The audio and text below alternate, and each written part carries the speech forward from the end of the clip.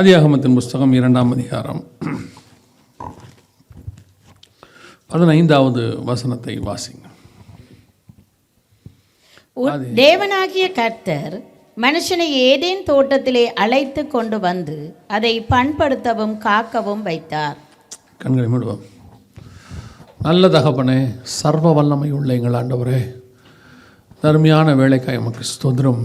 நாங்கள் கூடி வரும்படி நீர் பாராட்டி இருக்கிற தயவுக்காக உமக்கு நன்றி. கிருபையுள்ள கரத்தில் எங்களை தாழ்த்துகிறோம் ஆண்டவரே. இம்மட்டுமாய் எங்கள் துதிகள், ஸ்தோத்திரங்கள், ஜெபங்கள் எல்லாவற்றையும் அங்கீகரித்தீர். இப்பொழுது நீர் எங்களோடு கூட பேசுகிறதான ஒரு நேரம், உடைய வார்த்தைகளை அனுப்புகிறதான ஒரு நேரம், உடைய கிருபை சூழ்ந்து கொள்ள வேண்டுமாய் நாங்கள் செபிக்கிறோம். மகிமையுள்ள கரத்தில் எங்களை தாழ்த்துகிறோம். நீர் பேசும், நீர் இடைப்படும். எங்கள் ஆண்டவர் இயேசு கிறிஸ்துவின் நாமத்தில் பிதாவே, அல்லேலூயா. ஆதியாகமத்தின் புஸ்தகம் 2ஆம் அதிகாரம் 15வது வசனம். தேவனாகிய கர்த்தர் மனுஷனை ஏதேன் தோட்டத்தில் அழைத்து கொண்டு வந்து அதை பண்படுத்தவும் காக்கவும் வைத்தார். இந்த வசனத்தில் தான் நாம் இன்றைக்கி கொஞ்ச நேரம் தியானிக்க போகிறோம். நம்ம எல்லாருக்கும் தெரிந்திருக்கிறபடி இது முதலாவதாக தேவனுடைய திட்டம். தேவனுடைய திட்டம் என்ன அப்படின்னு சொன்னீங்கன்னா, ஆண்டவர் ஏதோ விளையாட்டுக்காக மனுஷனை படைக்கவில்லை. அந்த காலத்தில் நாங்கள் ரட்சிக்கப்படுறதுக்கு முன்னாடி ஒரு சொல்லுவாங்க, இறைவன் 2 பொம்மைகள் செய்தான் தான் விளையாட அப்படின்னு சொல்லுவாங்க. அந்த மாதிரி ஆண்டவர் 2 ஆதாமையும் ஏவாளையும் பொம்மையாக செய்யலை, விளையாடுறதுக்காக செய்யலை. அவைகளை செய்வதற்கு தேவனிடத்தில் ஒரு திட்டம் இருந்தது. ஆண்டவருக்கு என்ன இருந்தது? ஒரு பெரிய ஒரு திட்டம் இருந்தது. மல்கியாவின் புஸ்தகம் 2ஆம் அதிகாரம் 15வது வசனத்தில் வாசிக்கும் பொழுது வேதம் சொல்லுகிறது, அவர் ஒருவனை அல்லவா படைத்தார், அவருக்குள் ஆவி பூரணமாக இருந்ததே, பின்ன ஏன் ஒருவனை படைத்தார், தேவ பக்தியுள்ள சந்ததியை பெறும்படிதானே அப்படின்னு இருக்கு. அப்படின்னா மிகா 2:15. அப்படின்னா ஆண்டவர் மனுஷனை படைப்பதற்கு ஒரு நோக்கம் இருக்குது, முகாந்தரம் இருக்கிறது. என்ன அப்படின்னு கேட்டிங்கன்னா, தேவ பக்தி உள்ள சந்ததியை பெறும்படிக்கு அப்படின்னு இருக்கு. ஆனால் தேவ பக்தி உள்ள சந்ததியை பெறணும் அப்படின்னு சொன்னால் அதை ஆண்டவர் எங்கே வேணாலும் பெற முடியாது. அந்த தேவ பக்தி உள்ள சந்ததி என்ன செய்ய முடியாது? எங்கே வேணாலும் பெற முடியாது. உதாரணமாக, இப்போது ஈசாக்கு பிறக்கணுன்னா ஆபிரகாம் கானானுக்கு போகணும். கானானுக்கு போனால் தான் அங்கே ஈசாக்கு பிறப்பார். கானானுக்கு அவர் போய் ஈசாக்கு பிறக்கிற வரைக்கும் காத்திருக்கணும். இயேசு கிறிஸ்து பெத்லகேமில் தான் பிறக்கணும். அதான் திட்டம். அதே மாதிரி தான் ஒவ்வொன்றுத்துக்கும் தேவன் ஒரு திட்டத்தை வைத்திருக்கிறார். அதே மாதிரி தான் தேவ பக்தி உள்ள சந்ததியை பெறும்படி ஆண்டவர் ஆபிரகாமை அழைத்து கொண்டு வந்து ஆதாமை படைத்தார் என்று சொன்னால், அதற்கு முன்பதாக சில க்ரைட்டீரியா அல்லது புரோட்டோக்கால் அப்படின்னு ஆங்கிலத்தில் சொல்லுவாங்க, சில வழிமுறைகள், இதுதான் நெறிமுறை அப்படின்னு சொல்லுவாங்க. அதன்படி ஆண்டவர் ஏதேன் தோட்டத்திற்கு ஆதாமை கொண்டு வருகிறார். வசனம் தெளிவாக சொல்லுது, மனுஷனை ஏதேன் தோட்டத்தில் அழைத்து கொண்டு வந்து அப்படின்னா அவன் ஏதேன் தோட்டத்துக்கு வெளியே இருந்திருக்கிறான் அப்படின்னு அர்த்தம். ஏதேன் தோட்டத்துக்கு வெளியே செஞ்சு அவனை மண்ணில் செய்து தோட்டத்துக்குள் கொண்டு வருகிறார். கொண்டு வந்து அதை காக்கவும் பண்படுத்தவும் வைத்தார். 2 விதமான காரியங்கள் கொடுக்கப்படுகிறது அவனுக்கு. ஒன்று காக்கவும், இன்னொன்று பண்படுத்தவும். ஆதாமுக்கு ஆண்டவர் நிறைய வேலைகள் சொல்கிறார், நிறைய காரியங்கள் சொல்கிறார். ஆதியாகமம் 1:28 வாசிக்கும் போது சகலவற்றையும் ஆண்டு கொள்ளுங்கள் அப்படின்னு சொல்வார். இன்னொரு இடத்துல சொல்லும்போது பலுகி பெருகுங்கள் அப்படின்னு சொல்வார். இப்படி அவனுக்கு நிறைய காரியங்களை ஆண்டவர் சொல்லிகிட்டே இருக்கும்போது அதில் மிக முக்கியமானதாக ஆண்டவர் சொல்கிறது, தோட்டத்தை காக்கவும் பண்படுத்தவும் வைத்தார் அப்படின்னு இருக்கு. அப்படின்னா என்ன அர்த்தம் அப்படின்னா, பண்படுத்தவும் அப்படின்னு சொன்னால் மெயின்டைன் பண்ணுறது அப்படின்னு அர்த்தம். மெயின்டைன், அதை இங்கிலீஷில் என்ன சொல்லிங்க, ஃப்ரெஞ்சில் போட்டிருக்கிறீங்களா, ஆங்கிலத்தில் வாண்ட் டு மெயின்டைன் அப்படின்னு இருக்கும். 2வது காக்கவும் அப்படின்னா வாட்ச் இட் அப்படின்னு இருக்கும், அதை வாட்ச் பண்ணுறது அப்படின்னு 2 காரியத்தை சொல்கிறார். நம்ம ஏன் இதை பார்க்குறோம், இதை பற்றி பார்க்கறதுக்கு பின்னாடி இருக்கிற ஆவிக்குரிய சத்தியம் என்ன அப்படின்னு பார்த்தீங்கன்னா, தேவன் உண்டாக்கின முதலான ஒரு அமைப்பு என்னன்னு சொன்னால் குடும்பம். அதான் ஃபஸ்ட்டு ஆண்டவர் படைக்கும் போது ஆதாமும் ஏவாளும் கணவன் மனைவியாக ஆணும் பெண்ணுமாக சிருஷ்டித்தார். அப்படி சிருஷ்டித்த போது அவர்கள் 2 பேரையும் ஆணும் பெண்ணுமாக கணவன் மனைவியாக சிருஷ்டிக்கிறார். அக்கா தம்பியாகவோ, அண்ணன் தங்கச்சியாகவோ, அப்பா பொண்ணாகவோ, அம்மா பையனாகவோ படைக்காமல் 2 பேரும் எப்படி படைக்கிறாரு? ஆணும் பெண்ணுமாக கணவன் மனைவியாக சிருஷ்டிக்கிறார். ஸோ அதனுடைய அர்த்தம் என்ன அப்படின்னு கேட்டிங்கன்னா, காடோடைய ஃபஸ்ட்டு திட்டம், பிளான் எங்கே இருக்குது அப்படின்னு கேட்டிங்கன்னா ஃபேமிலியில் தான் இருக்குது. இந்த ஃபேமிலியை பேஸ் பண்ணி தான் எல்லாமே இருக்கும். பைபிளில் சில ஃபேமிலி ரொம்ப இம்பார்ட்டண்ட். ஒன்று ஆதாமுடைய ஃபேமிலி, அதை விட்டாச்சுன்னா அப்படியே அடுத்து நோவாவுடைய ஃபேமிலி, அடுத்து ஆபிரகாம், ஈசாக்கு, யாக்கோபு 3 பேருடைய ஃபேமிலி. அதை அப்படியே நீங்கள் கொண்டு வந்தீங்கன்னா இயேசு கிறிஸ்துவோடைய ஃபேமிலி. அதாவது அவர் மணவாளனாக இருக்கிறார், சபை மணவாட்டியாக இருக்கிறது, அதற்கு பிறக்கிறது ஆவிக்குரிய பிள்ளைகளாக இருக்கிறது, அது ஒரு ஃபேமிலி. ஸோ இது வந்து காடோடைய பிளானாக இருக்குது. அப்போ இந்த பிளானை நிறைவேற்றுறதுக்கு கர்த்தர் ஃபஸ்ட்டு அமைப்பு எதை வச்சுருக்கிறாருன்னா ஃபேமிலி தான் வச்சுருக்கிறார். இப்போது நம்ம எல்லாரையுமே ஆளுக்கு ஒரு குடும்பத்தை கர்த்தர் என்ன செஞ்சுருக்கிறாரு, கொடுத்து வச்சுருக்கிறார். அப்போ இந்த குடும்பத்தை உங்கள்கிட்ட கொடுத்ததுக்கு கர்த்தருக்கு என்ன இருக்கிறது, ஒரு திட்டம் இருக்கிறது. இப்போ உங்களை ஏன் சர்ச்சுக்கு வந்திருக்கிறீங்க அப்படின்னு கேட்டிங்கன்னா, உங்களுக்கு ஆளுக்கு ஒரு ரீசன் இருக்கும். ஏன் சர்ச்சுக்கு வந்திருக்கிறோம் அப்படின்னா, நாங்கள்லாம் கிறிஸ்டின், அதனால் சர்ச்சுக்கு வந்திருக்கிறோம், ஒரு ரீசன் இருக்குது. இன்னொரு ரீசன், நீங்கள் ஏன் சர்ச்சுக்கு வந்திருக்கிறீங்க, ஆண்டவர் எங்களுக்கு அற்புதம் செய்தார், அதிசயம் செய்தார், அதனால் நாங்கள் சர்ச்சுக்கு வந்திருக்கிறோம் அப்படின்னு இருக்குது. இன்னும் கொண்டு பேர் ஏன் சர்ச்சுக்கு வந்திருக்கிறீங்கன்னா, நாங்கள் சில தேவைகள், அதாவது ஆண்டவர்கிட்ட விண்ணப்பத்தை வச்சுருக்கிறோம், அதை செய்வார்ன்ற விசுவாசத்தில் நம்பிக்கையில் வந்திருக்கிறோம், இது கொஞ்சம் பேர். இப்போ பிள்ளைகளை கேட்டு பாருங்கள், நீங்களாம் ஏன் வந்திருக்கிறீங்கன்னா, எங்கள் அப்பா அம்மா கூட வந்தோம், அதனால் நாங்கள் வந்திருக்கிறோம், இல்லைனா எங்கள் அப்பா அம்மா திட்டுவாங்க, இல்லைனா எதையாவது ஒன்று சொல்லிக்கிட்டே இருப்பாங்க, பேசாமல் இவங்க வீட்டில் திட்டு வாங்கிறதுக்கு பதிலாக இவங்க கூட வந்து உட்காந்துக்கிட்டால் போதும், கேட்குறோமோ இல்லையோ அவங்க கூட போயிட்டால் போதும், அப்படி ஒரு குரூப் இருக்குது. ஸோ இப்போ நம்மளை பொறுத்த வரைக்கும் ஒவ்வொருத்தருக்கும் சர்ச்சுக்கு வருவதற்கு ஒரு நோக்கம் இருக்கிறது இல்லையா? ஆனால் தேவனுக்கு உங்களை இங்கே கொண்டு வந்ததுக்கு ஒரு முகாந்திரம் இருக்கிறது. அது இதெல்லாமே நம்ம திட்டம், நம்ம எல்லாருக்குமே அதான் நேற்று சொன்ன பாருங்கள், ஒவ்வொரு காலகட்டத்தில் நமக்கு ஒவ்வொரு விதமான ஒரு தேவைகள் இருக்கும், அந்தந்த நோக்கத்துக்காக ஆண்டவர்கிட்ட வருவோம். ஆனால் நம்மை இங்கே கொண்டு வந்ததுக்கு கர்த்தருக்கு ஒரு திட்டம் இருக்கிறது. ஒரே ஒரு திட்டம் தான் ஆண்டவர் இருக்கிறது. என்ன திட்டம் இருக்கிறது? வாசிங்க, வெளிப்படுத்தின விசேஷம் 1ஆம் அதிகாரம் 6வது வசனத்தை வாசிங்க. வெளிப்படுத்தின விசேஷம் 1ஆம் அதிகாரம் 6வது வசனத்தை வாசிங்க. நம்மிடத்தில் அன்பு கூர்ந்து தமது இரத்தத்தினாலே நம்முடைய பாவங்களற நம்மை கழுவி தம்முடைய பிதாவாகிய தேவனுக்கு முன்பாக நம்மை ராஜாக்களும் ஆசாரியர்களும் ஆக்கின அவருக்கு மகிமையும் வல்லமையும் என்றென்றைக்கும் உண்டாயிருப்பதாக ஆமென். நம்மளை அவர் கழுவி கூட்டு வந்ததுக்கு ரீசன் என்னென்னா, வசனம் சொல்லுது, நம்மை ராஜாக்களும் ஆசாரியரும் ஆக்கின அப்படின்னு இருக்குது. அப்போ நம்மளை கூட்டு வந்ததுக்கு தேவனுக்கு 2 காரியம் இருக்கிறது. ஒன்று ராஜாக்களும், இன்னொன்று ஆசாரியரும். இப்போ ஆதாமை கொண்டு வந்து தோட்டத்தில் வச்சதுக்கு 2 ரீசன் இருந்துச்சு. ஒன்று பண்படுத்தவும், இன்னொன்று காக்கவும்.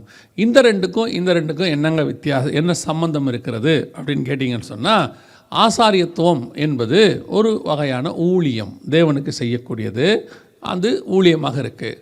ராஜ்யபாரம் என்பது ஆளுகை, அது வந்து என்ன சொல்கிறது, இட்ஸ் அ கிங்டம்ஷிப் ப்ரீஸ்ட்ஹுட் அப்படின்னு சொல்லுவாங்க. இங்கே ஆதாமுக்கிட்டையும் 2 இருக்குது. ஒன்று பண்படுத்துதல் அப்படின்னா என்ன சொன்னேன்னா, அவங்ககிட்ட கொடுத்த தோட்டத்தை மெயின்டைன் பண்ணுறது.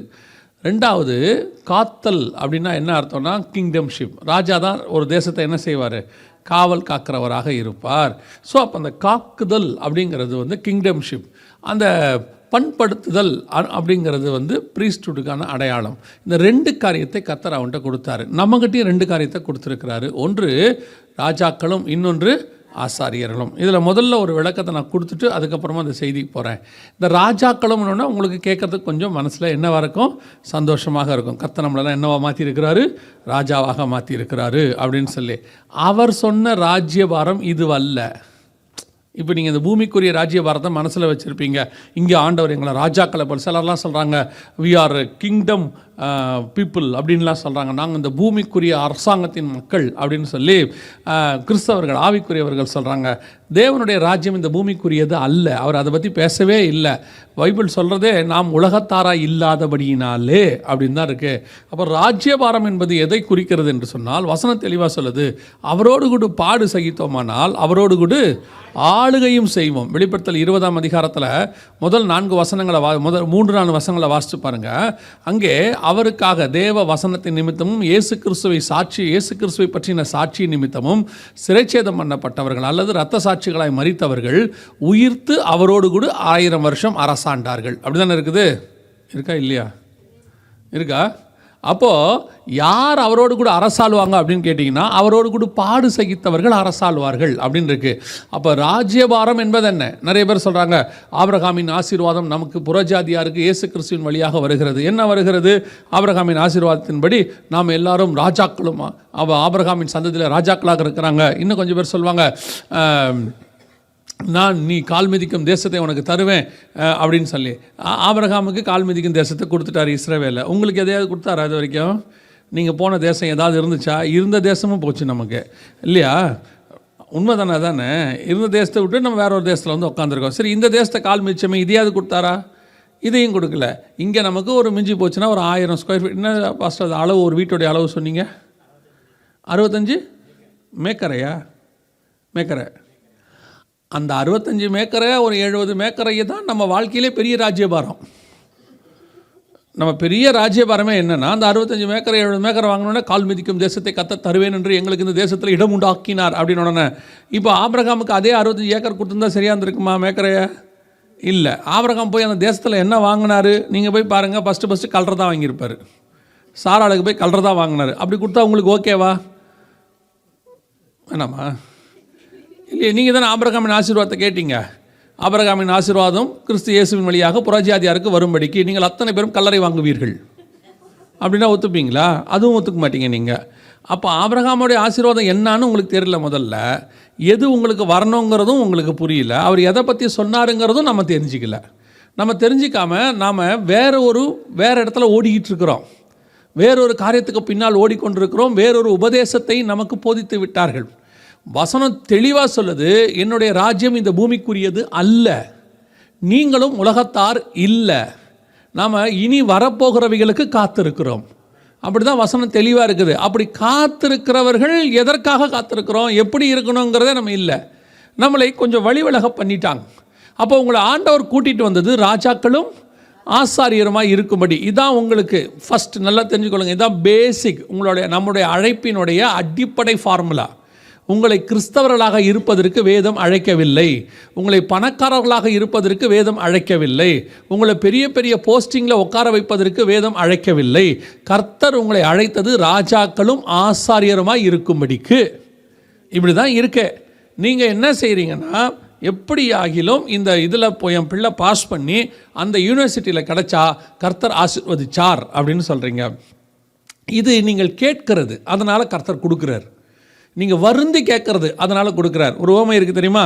ஒரு ஸ்திரீ அவளை வருந்தி கேட்டுக்கொண்டபடியினாலே அவளை கூப்பிட்டு என்னான்னு விசாரித்து செய்ய சொல்லிபடி சொன்னாலாம். அதாவது ராஜாவுக்கு அதை செய்ய வேண்டிய அவசியம் இல்லை, விருப்பம் இல்லை, வேறு வழியில் நீங்கள் வருந்தி கேட்கறதுனால. இப்போ இதை நம்ம எப்படி ஆக்கிட்டோம்னா குவாலிஃபிகேஷன் ஆக்கிட்டோம். வருந்தி கேளுங்க, கர்த்தர் கொடுப்பாரு. வருந்தி கேட்கறது கூடாது. அப்படி ரொம்ப வருந்தி கேட்குதேன்னு சொல்லி போனா போட்டுன்னு ஒன்று செஞ்சால் இதையே ஃபார்முலா ஆக்கிட்டான். இதே ஃபார்முலா, நீ வருந்தி கேளு, கர்த்தர் கொடுப்பாருன்னு ஆண்டவர் பார்க்குறாரு. அப்போ நான் உனக்கு கொடுக்க வச்சிருந்ததை எப்போ கொடுக்கறது? நான் வேறொன்று உங்களுக்கு வைத்திருக்கிறேன். நான் உங்களுக்கு வேறொன்று போதிக்க விரும்புகிறேன். நான் உங்களுக்கு வேறொரு ஆசீர்வாதத்தை கொடுக்க விரும்புகிறேன். அதற்கு பின்னால் நீங்கள் செல்லவே இல்லை, அல்லது அதை பற்றி நீங்கள் யோசிக்கவே இல்லை, அல்லது உங்களை அதை பற்றி யோசிக்க விடவில்லை. உங்களுக்கு வேறு எதையோ ஒன்றை போதிக்கிறார்கள், நீங்கள் அதற்கு பின்னால் ஓடிக்கொண்டிருக்கிறீர்கள். நீங்கள் இப்போ ஜெபம் பண்ணும் போதெல்லாம் எப்படி ஜெபம் பண்ணுறீங்க? எழுப்புதலுக்கு ஜெபம் பண்ணும் போது, ஆதி அப்போஸ்தலர் காலத்தில் வந்த எழுப்புதல் நமக்கும் வருவதாக. எப்படி வரும்? யோசித்து பாருங்க. அப்போஸ்தலராக இருந்தால் தானே வரும். அவன் பண்ணது எதுவுமே பண்ணாமல் ஆனால் எழுப்புதல் மட்டும் வரணும்னா என்ன அர்த்தம்? எப்படி வரும் அது?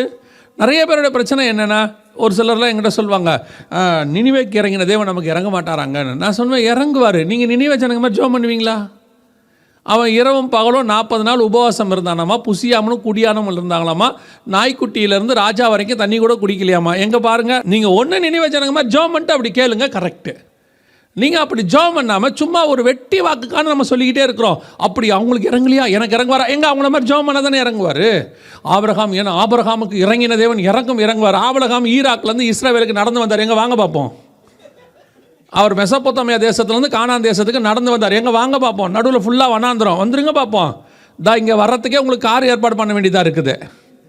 இல்லைனா பஸ்ஸு டைமிங்லாம் சொல்ல வேண்டியிருக்கு. 8:15 ஒரு பஸ்ஸு வருது, இல்லாட்டி கூட பரவாயில்ல எங்ககிட்ட சொல்லுங்கன்ட்டு உங்களை கூப்பிட்டுட்டு கானானுக்கு நாங்கள் போக, நீங்கள் அங்கே ஆசீர்வாதத்தை பெற்றுக்கொள்ள. யோசித்து பாருங்கள், நோ சான்ஸ். இப்போ உங்களுக்கே தெரியும். அதாவது நீங்கள் எப்படி இருக்கீங்கன்னா, உங்களை ஆண்டவரை ஏமாத்துறதா நினச்சி உங்களை ஏமாற்றிக்கிறீங்க. ஆண்டவர்கிட்ட போய் இப்படிலாம் கேட்டால் ஆண்டவர் கொடுத்துருவாரு அப்படின்னு சொல்லி. எனக்கே எவ்வளோ தெரியுது, ஆண்டவருக்கு எவ்வளோ தெரியும். அப்போது என்னை அழைத்து கொண்டு வந்த நான் காரியத்தை நான் செய்யாதபடிக்கு நான் வேறொன்றுக்கு பின்னால் ஓடிக்கொண்டே இருக்கிறேன். அதுவே என்னுடைய நோக்கமாக இருக்கிறது. அப்படி இருக்கும் பொழுது எனக்கு கொடுக்க வந்த வேலையை என்ன செய்யலை. சில நேரத்தில் உங்களை ஒரு ஆஃபீஸில் ஒரு வேலைக்கு வச்சுட்டு போயிருப்பாங்க, இந்த வேலையை முடிச்சிடுங்க அப்படின்னு சொல்லிட்டு போயிருப்பாங்க. நீங்கள் அந்த பக்கத்தில் உள்ள ஆளுக்கு ஹெல்ப் பண்ணிக்கிட்டு இருப்பீங்க. அவர் ரொம்ப கஷ்டப்பட்டுக்கிட்டு இருப்பார்.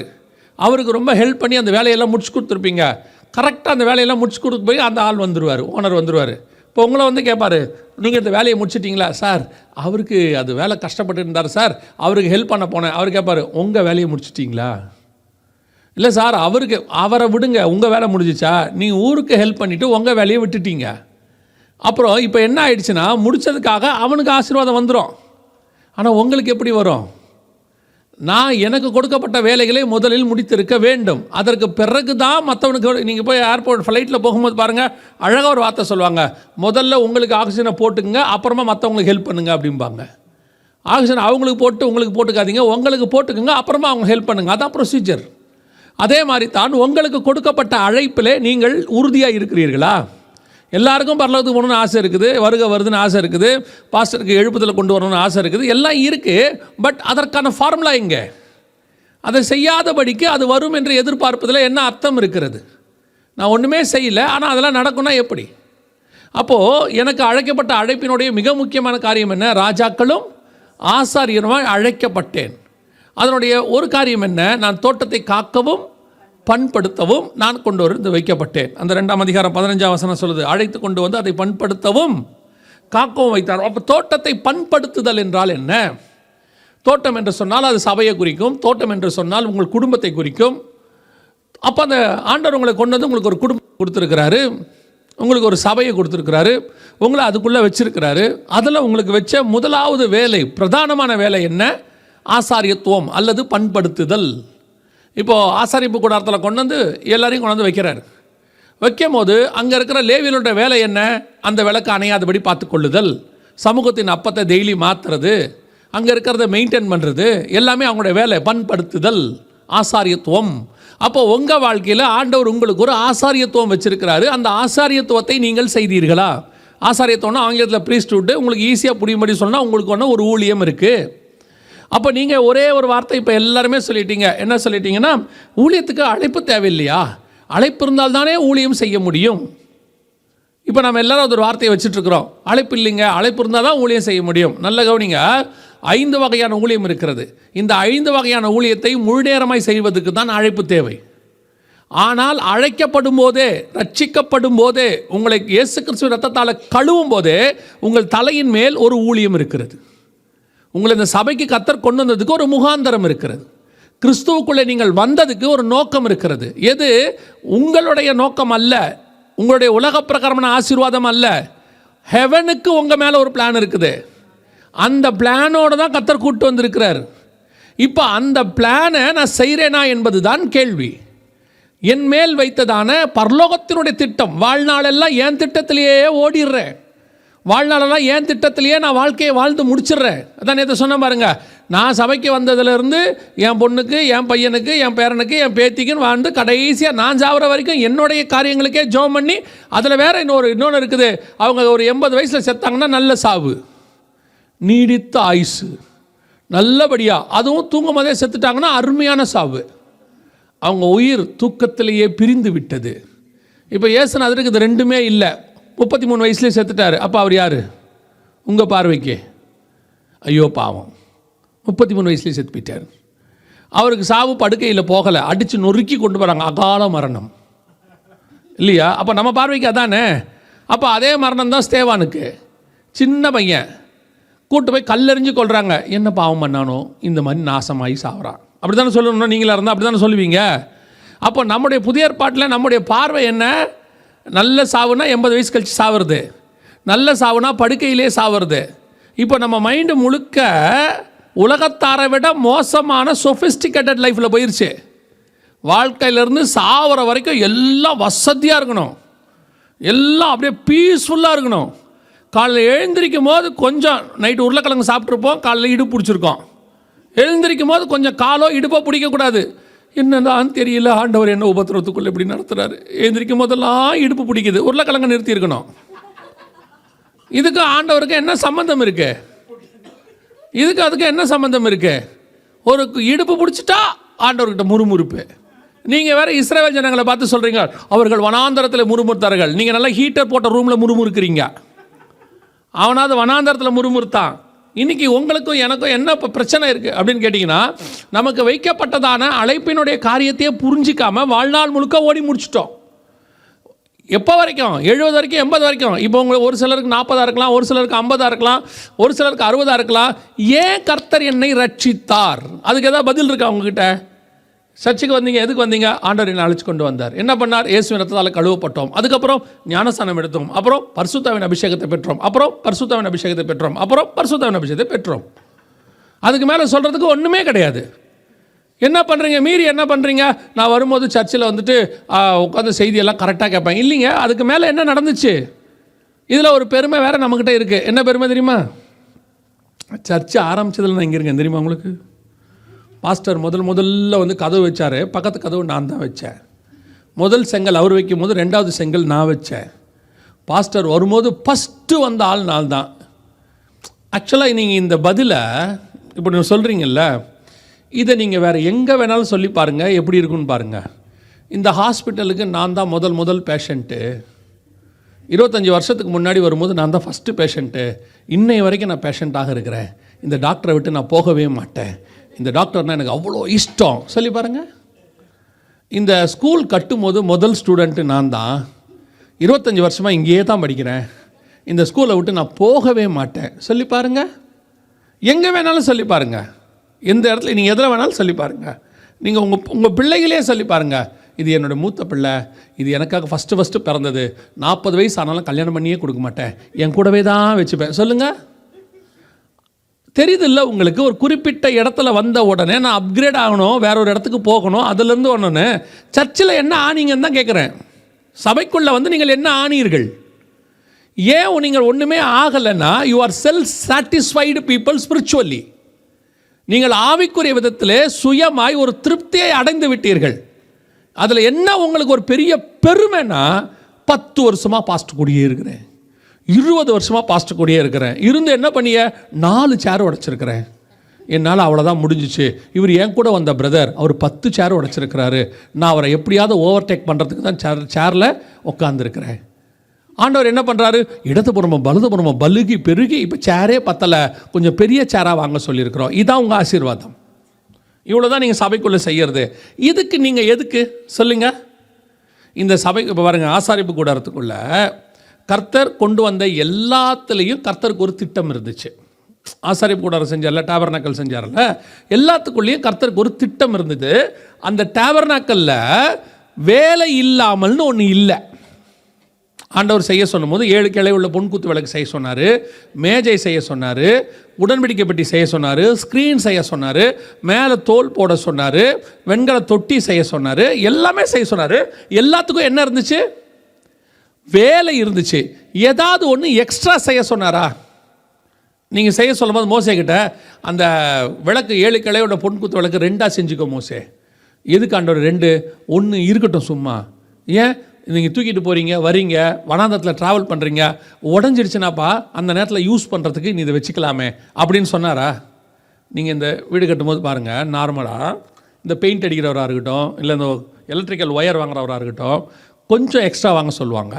கொஞ்சம் சார் ஒரு மீட்டர் எக்ஸ்ட்ரா வாங்கி வச்சுக்கோங்க, பெயிண்ட் ஒரு 2 லிட்டர் எக்ஸ்ட்ரா. எதுக்கு? லாஸ்ட் நேரத்தில் பத்தலைன்னா நம்ம பேட்ச் ஒர்க் பார்க்கணும் சார், அந்த நேரத்தில் ஓட முடியாது அப்படிம்பாங்க. எக்ஸ்ட்ரான்னு ஒன்று இருக்கும். ஆனால் ஆசாரிப்பு கூடாரத்தில் ஒரு பொருள் கூட எக்ஸ்ட்ரா இருக்காது. Not even a single one. அதோட அர்த்தம் என்னென்னா, ஆசாரிப்பு கூடாரத்துக்குள் வந்த அத்தனைக்கும் வேலை இருந்துச்சு. ஒன்று கூட அங்கே சும்மானு கிடையவே கிடையாது. இப்போ இதுதான் ஆசாரிப்பு கூடாரம். நீங்கள் உள்ளே வந்திருக்கிறீர்கள். நாம் அத்தனை பேரும் கனமுள்ள பாத்திரங்களாக இருக்கிறோம். அப்போ நமக்கு இங்கே என்ன வேலை? எதுக்கு கர்த்தர் கொண்டு வந்தார்? ஏன் இருக்கிறோம்? இப்போ இந்த சர்ச்சே எடுத்துக்கோங்க. இப்போ அங்கே உட்காந்து ஒரு லேப்டாப் ஒன்று இருக்குது. அது எதுக்காக வச்சுருக்கிறாங்க? இந்த இடத்துல வசனம் போடுறதுக்கு வச்சுருக்கிறாங்க, அவர் லைவ் பண்ணுறதுக்கு வச்சுருக்கிறாரு. ஒரு கேமரா இருக்குது, அது யூஸ் ஆகுது. ஒரு வால் கிளாக் சும்மா தொங்குது, அது கூட டைம் காட்டுது. அது ஓடாத வால் கிளாக்காக இருந்தால் கூட ஒரு நாளைக்கு 2 தடவை கரெக்ட் டைம் காட்டும். தெரியுமா உங்களுக்கு? ஒரு வால் கிளாக்கு ஓடலன்னு கூட வச்சுக்கோங்க, அது ஒரு நாளைக்கு 2 தடவை கரெக்டான டைமை காட்டும். அது காட்டுற நேரத்துக்கு நீங்கள் வந்து பார்த்துக்கணும், அவ்வளோதான். ஸோ ஏதோ ஒன்று ஒரு யூஸ் இருக்குல்ல. இந்த டிவிக்கு ஒரு யூஸ் இருக்குது, எல்லாம் இருக்குல்ல. உங்களால் என்ன யூஸு? நீங்கள் சர்ச்சில் இருக்கிறதுல ஆண்டவருக்கு என்ன யூஸு? நீங்கள் உடனே சொல்லாதீங்க நான் தசமபாகம் காணிக்கை கொடுக்குறேன், கர்த்தர் கொடுத்ததில் திருப்பி கொடுக்குறீங்க, போய் பேசக்கூடாது. நீங்கள் கர்த்தருக்காக என்ன கொடுத்தீர்கள்? நான் காசை பற்றியே பேசலை, திருப்பியும் சொல்கிறேன். நீங்கள் ஒய் யூ ஆர் ஹியர், எதற்காக ஆண்டவர் உங்களை அவருக்குள் கொண்டு வந்தார்? மேபி நீங்கள் வேறு சர்ச்சிலேருந்து வந்தவங்களா கூட இருக்கலாம். ஒவ்வொருத்தரும் அவங்கவுங்க சர்ச்சுக்கு கர்த்தரால் ரட்சிக்கப்பட்டவர்களை கர்த்தர் அனுதினமும் சபையிலே சேர்த்தார். எதற்காக கொண்டு வந்த நோக்கம் என்ன? ஆதாமை தோட்டத்துக்கு கொண்டு வந்ததுக்கு நோக்கம் என்ன? ஆதாம் சும்மா இருந்துட்டு போப்பா, எல்லாத்தையும் ரெடி பண்ணிட்ட ஆதாம். தான் உண்டாக்கின எல்லாவற்றையும் பார்த்தார், அது நல்லது என்று கண்டார். இப்போ என்ன பண்ணணும்? சும்மா இரு உள்ள. என்ன ஆண்டவர் என்ன பண்ணணும்? பழத்தை சாப்பிடு, இந்த ஒரு பழத்தை மட்டும் சாப்பிடாத, கொட்டையை போட்டு துப்பிடு, அதுவா வளரும், நீ வாடுன்னு சும்மா சுற்றி திரி, இந்த மனைவி இருக்குது கையை பிடிச்சிக்கோ, ஜாலியாக வாக்கிங் போ சொன்னாரா? ஆதாம் கூட சும்மா கிடையாது. உள்ள ஒன்று மட்டும் நல்லா தெரிஞ்சுக்கொள்ளுங்க, எனக்கு தெரிஞ்ச வரைக்கும் நான் சொல்கிறேன், இந்த ஆண்டவரை நான் அறிந்து 32 வருஷம் ஆகுது. இந்த 32 வருஷத்தில் எனக்கு தெரிந்து நான் சொல்லுகிறேன், கர்த்தர் சோம்பேறிகளை விரும்புகிறதில்லை. அவனும் ஸ்பிரிச்சுவல் சோம்பேறியை விரும்புறதே இல்லை அவர். அதான் நான் சொல்கிறேன், அசதியாய் கர்த்தருடைய வேலையை செய்கிறவன் மற்றவன் ஆண்டவருக்கு சபிக்கிறதே பிடிக்காது. உங்களுக்கு தெரியுமா? உன் வாயிலிருந்து சாபமான வார்த்தை ஒன்றும் வராதிருக்குன்னு சொல்கிற அதே ஆண்டவர் தான் சொல்கிறாரு, கர்த்தருடைய வேலையை அசதியாய் செய்கிறவன் சபிக்கப்பட்டவன். அப்போ நம்ம என்ன செய்கிறோம்? அந்த சர்ச்சுக்குள்ளே உட்காந்து ஆண்டவருக்குள்ளே வந்து என்ன வேலை பார்க்குறோம்? அதில் முதலாவதாக எனக்கு கொடுக்கப்பட்டிருக்கிறது ஆசாரித்துவம், காடோடைய ஹெவன்லி பிளான், ஸ்பிரிச்சுவல் ஒர்க். இந்த ஸ்பிரிச்சுவல் ஒர்க்கு என்னான்னு கண்டுபிடிச்சி அந்த ஒர்க்கை செஞ்சு முடிச்சுட்டு நீங்கள் ஹெவனுக்கு போகணும். அதுக்கு தான் நீங்கள் இங்கே வந்திருக்கிறீங்க. நான் சொல்ல உங்களுக்கு புரியுதா? திருப்பி நல்லா சொல்கிற கவனிங்க. நீங்கள் ரட்சிக்கப்பட்டு இன்ஜினியர் ஆகி டாக்டர் ஆகி நல்ல வேலை கிடச்சி சம்பாரித்து வீடு வாசல் சேர்த்து பிள்ளைகளுக்கு சொத்து சேர்த்து வச்சுட்டு சாவடிக்கிறதுக்கு நீங்கள் சர்ச்சுக்கு வர வேண்டிய அவசியமே கிடையாது. ஏன்னா உங்களை விட உலகத்தை அதை கரெக்டாக செஞ்சுக்கிட்டு இருக்கான். அவங்க அழகாக சம்பாதிக்கிறாங்க, வீடு வாசல் கட்டுறாங்க, பிள்ளைகளுக்கு சேர்த்து வைக்கிறாங்க, அவங்க சேர்த்து போகிறாங்க. அப்புறம் அவங்களுக்கு எதுக்கு ஆண்டவருக்குள்ள நான் வந்தேன்? எதற்காக கிறிஸ்துவுக்குள் நான் கொண்டு வரப்பட்டேன்? அப்படின்னா என் மேலே ஒரு ஸ்பிரிச்சுவல் ஒர்க் இருக்குது, ஹெவன்லி ஒர்க். இப்போ ஆபிரகாமை கர்த்தர் அழைக்கிறார். இப்போ ஆபிரகாம் நம்மை போல ஒரு பாடுள்ள ஒரு மனுஷன். இப்போ ஆபிரகாமை கூப்பிட்டார். எங்கேருந்து கூப்பிட்றாரு? ஆரான்லேருந்து, மெசபொத்தோமியா தேசத்துலேருந்து கூப்பிட்றார். அப்போஸ்தலர் 7:2-3 சொல்லுது, நம்முடைய ஆதி தகப்பனாகிய ஆபிரகாம் மெசபொத்தோமியா தேசத்தில் இருக்கும்போதே, காரானூரில் குடியிருக்கும் முன்னமே மகிமையின் தேவன் அவருக்கு வெளிப்பட்டு நான் உனக்கு காண்பிக்கும் தேசத்துக்கு வா என்று சொன்னார். அப்போஸ்தலர் 7:2-3 இருக்குது. இப்போ அவரை கூப்பிட்டு வந்தா அவர் ஆரானுக்கு வந்தார். வந்துட்டு ஆரானில் உட்காந்து அவர் பாட்டு நல்லா சம்பாரிச்சிக்கிட்டு இருக்கிறார். ஆரானில் உட்காந்து நல்லா சவதரிக்கிறார் எல்லாத்தையும். இப்போ 12:1-2 ஆண்டவர் சொல்கிறார், நான் உன்னை எதுக்கு கூப்பிட்டேன்? நீ என்ன வேலை பண்ணிகிட்டு இருக்கிற? நான் உனக்கு காண்பிக்கும் தேசத்துக்கு போ. இப்போ ஆபிரகாம் 4:5 வசனத்தில் 12:4-5 அவர் புறப்பட்டு போனார். போகும்போது என்ன செஞ்சாரா? ஆரானில் சவதரித்த மனிதர்களையும் கூட்டிகிட்டு போனாராம். ஆரானில் சவதரித்த மனிதர்களையும் கூட்டிகிட்டு போனாராம். அப்போனா இவர் கூட்டு வந்தபோது அவருக்கு என்ன செய்யல? 5வது வசனமா, அவர் நல்லா கவனிச்சிங்கன்னா அவர் என்ன செய்யல? அப்போ நல்லா கவனிங்க, ஆபிரகாமை போக சொன்னால் இவர் கானானுக்கு போகாமல் ஆரானில் உட்காந்துக்கிட்டு நல்ல வேலை பார்த்து சம்பாரிச்சிக்கிட்டு இருக்காரு. உங்களை மாதிரி தான். உங்களை கூப்பிட்டது ஆவிக்குரிய வாழ்க்கைக்கு அழைச்சா நீங்கள் இங்கே உட்காந்து சோத்திரம் பண்ணி வியாபாரம் பெருகணும், அது பழுகி பெருகணும், பிள்ளைங்க படிக்கணும், அது ஆகணும் இதாகணுன்ற மாதிரியே அவரும் பண்ணிக்கிட்டு இருக்கிறார். இப்போ ஆண்டவர் பார்க்குறாரு, உன்னை எதுக்கு நான் கூப்பிட்டேன்? கானானுக்கு கூப்பிட்டேன். நீ உட்காந்து ஆரானில் சம்பாரிச்சிக்கிட்டு இருக்கிறியப்பா, புறப்பட்டு கானானுக்கு போ அப்படின்னு சொன்னார். திருப்பி தரிசனம் புதுப்பிக்கப்படுகிறது. இப்போ போயிட்டார் கானானுக்கு, வந்துட்டார். வந்த பிறகு கர்த்தர் அவரை கூப்பிட்டு வேறொரு காரியத்தை பேசுகிறார். 15ஆம் அதிகாரம் 1வது வசனத்தில் பேசும்போது சொல்கிறாரு, பயப்படாதே, நான் உனக்கு மகா பெரிய பலனும் கேடகமாய் இருக்கிறேன். அப்படி தானே இருக்குது வசனம். ஆபிரகாமே நீ பயப்படாதே, நான் உனக்கு கேடகமும் மகா பெரிய பலனுமாய் இருக்கிறேன். இவர்கிட்ட வேற ஒன்றை கர்த்தர் பேசிக்கிட்டு இருக்கிறாரு. இவர் ரொம்ப கூலாக கேட்குறார். 2-3 வசனத்தில், ஆண்டவரே எனக்கு என்ன தருவீர்? நான் பிள்ளை இல்லாமல் இருக்கிறேனே, எனக்கு பிள்ளையே இல்லையாப்பா. நம்மை போலவே ஆண்டவரே நான் சொத்தெல்லாம் சம்பாரிச்சிட்டேன்ப்பா, இப்போ பிள்ளை இல்லாமல் இருக்கிறேன். பாருங்கள், இந்த வீட்டில் ஒருத்தன், என் வீட்டில் பிறந்தவன் தமஸ்கு ஊரனாக எலியேசர் இருக்கிறான், இவனை பற்றி நீங்கள் என்ன நினைக்கிறீங்க? ஆண்டவர் பார்க்குறாரு. என்னடா, எனக்கு அதில் ரொம்ப பிடிச்ச வசனம் என்னென்னு கேட்டிங்கன்னா, 2வது வசனத்தில், தேவரீர் எனக்கு நீர் என்ன தருவீர்? நான் பிள்ளை இல்லாமல் இருக்கிறேனே, என் வீட்டில் இருக்கிற இவன் எலியேசர். அப்படி தானே இருக்குது. சுதந்திரவாளியோ. அப்புறம் அடுத்து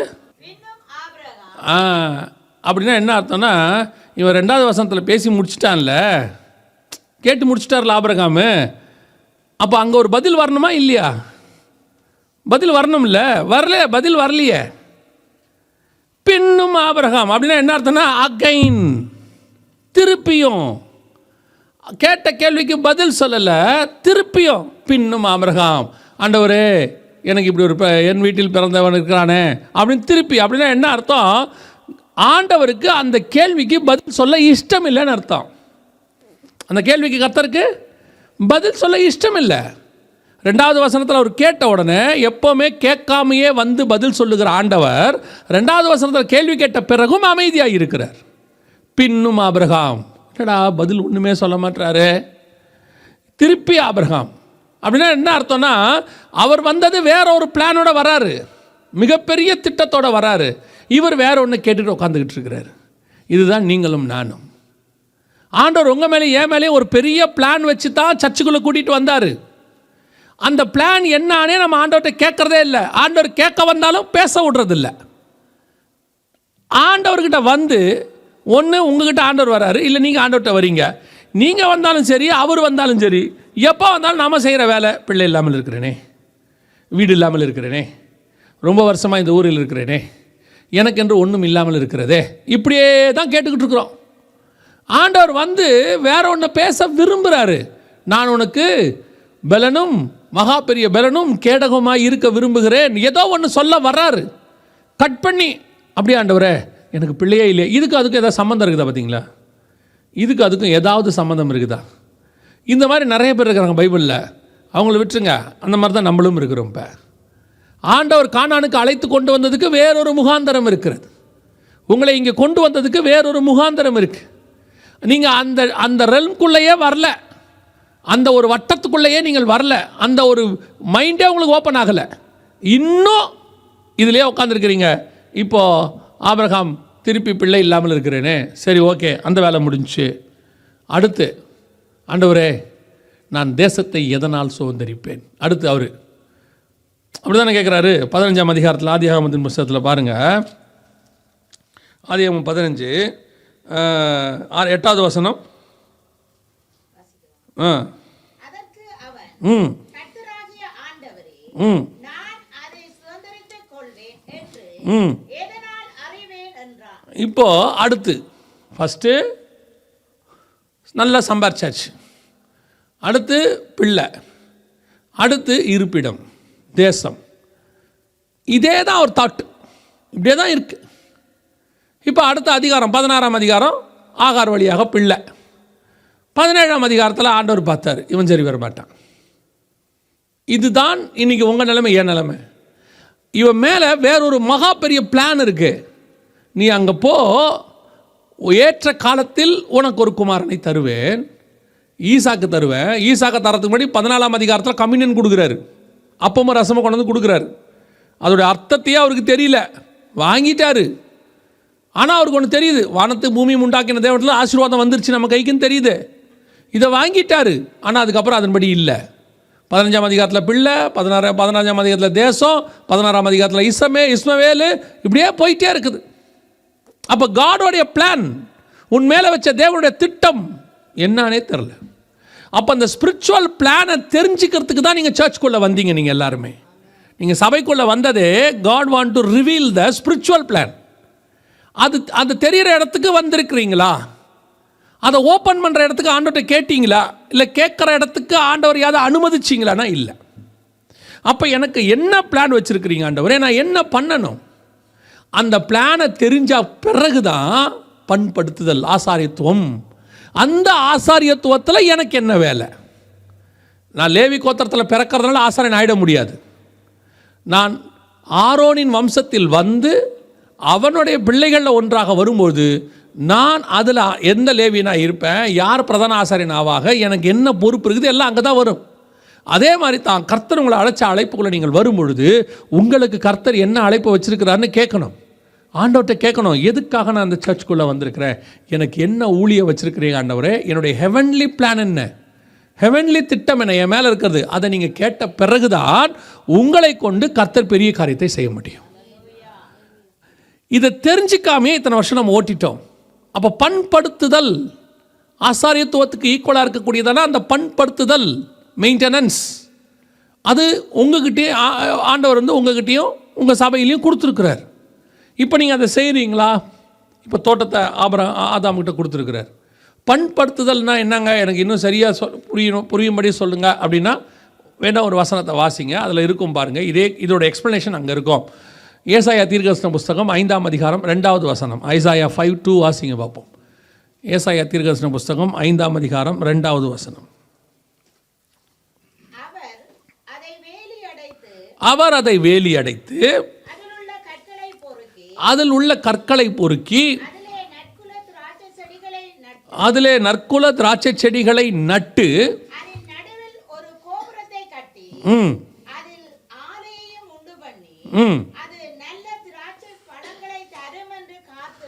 இதுதான் அந்த இடத்துல சொல்லியிருக்கு.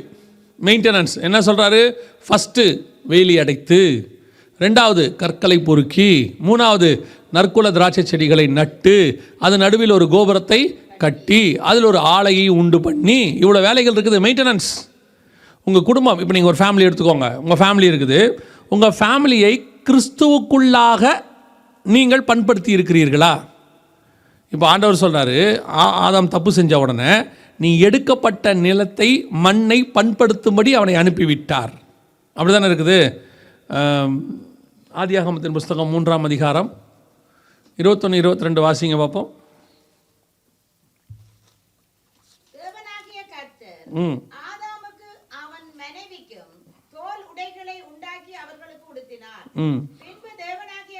இல்லை 23மா? அவன் எடுக்கப்பட்ட மண்ணை பண்படுத்த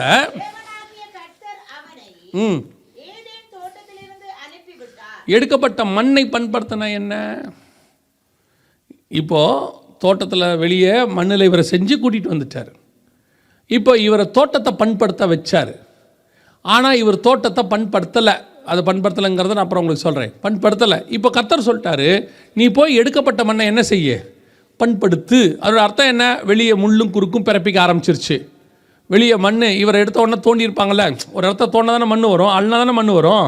அதை சமப்படுத்தணும், சமபூமியாக மாற்றணும். நீ எடுக்கப்பட்ட மண்ணை பண்படுத்துதல். அந்த இடத்துல விதையை போட்டு அந்த முள்ளுக்கு பதிலாக நற்குல திராட்சை செடிகளை நட்டு அங்கே நீ நல்ல காரியத்தை கொண்டு வரணும். இதான் அங்கே தோட்டத்தை பண்படுத்துதல் அப்படின்னு இருக்கு. சாரி, மன்னிக்கணும், எடுக்கப்பட்ட மண்ணை பண்படுத்துதல். அப்போ என்கிட்ட கொடுக்கப்பட்டதை மெயின்டைன் பண்ணணும். என் குடும்பத்தை நான் என்ன செய்யணும்? மெயின்டைன் பண்ணணும். இன்றைக்கி நீங்கள் சொல்கிற ஃபஸ்ட் வேர்டு என்ன தெரியுமா?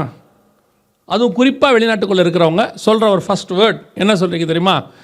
இப்போது இந்த ஊர்லலாம் குடும்பமாக இருக்கிறதே பெரிய விஷயம். அப்படி தானே? இங்கெல்லாம் குடும்பமாக இருக்கிறதே பெரிய விஷயம். ஏன்னா இங்கே இருக்கிறவருடைய கல்ச்சருக்கு, இங்கே இருக்கிறதுக்கு நம்ம குடும்பமாக இருக்கிறதுங்கிறது நார்மல் இல்லை. அதெல்லாம் இங்கே தப்பே கிடையாது. அதையும் தாண்டி ஒரு பக்கம் பிள்ளைகள் எடுத்துக்கோங்க. நீங்கள் சொல்லும் போது பிள்ளைகள் மேலே பழிய தூக்கி எப்படி போடுவீங்க பாருங்கள். நீங்கள் என்ன சொல்கிறீங்க தெரியுமா? இங்கே இருக்கிற பிள்ளைகள் சரியில்லை. இந்த தேசத்தில் பிள்ளைகளை உண்மையாக வளர்க்குறதுங்கிறது ரொம்ப கஷ்டம்.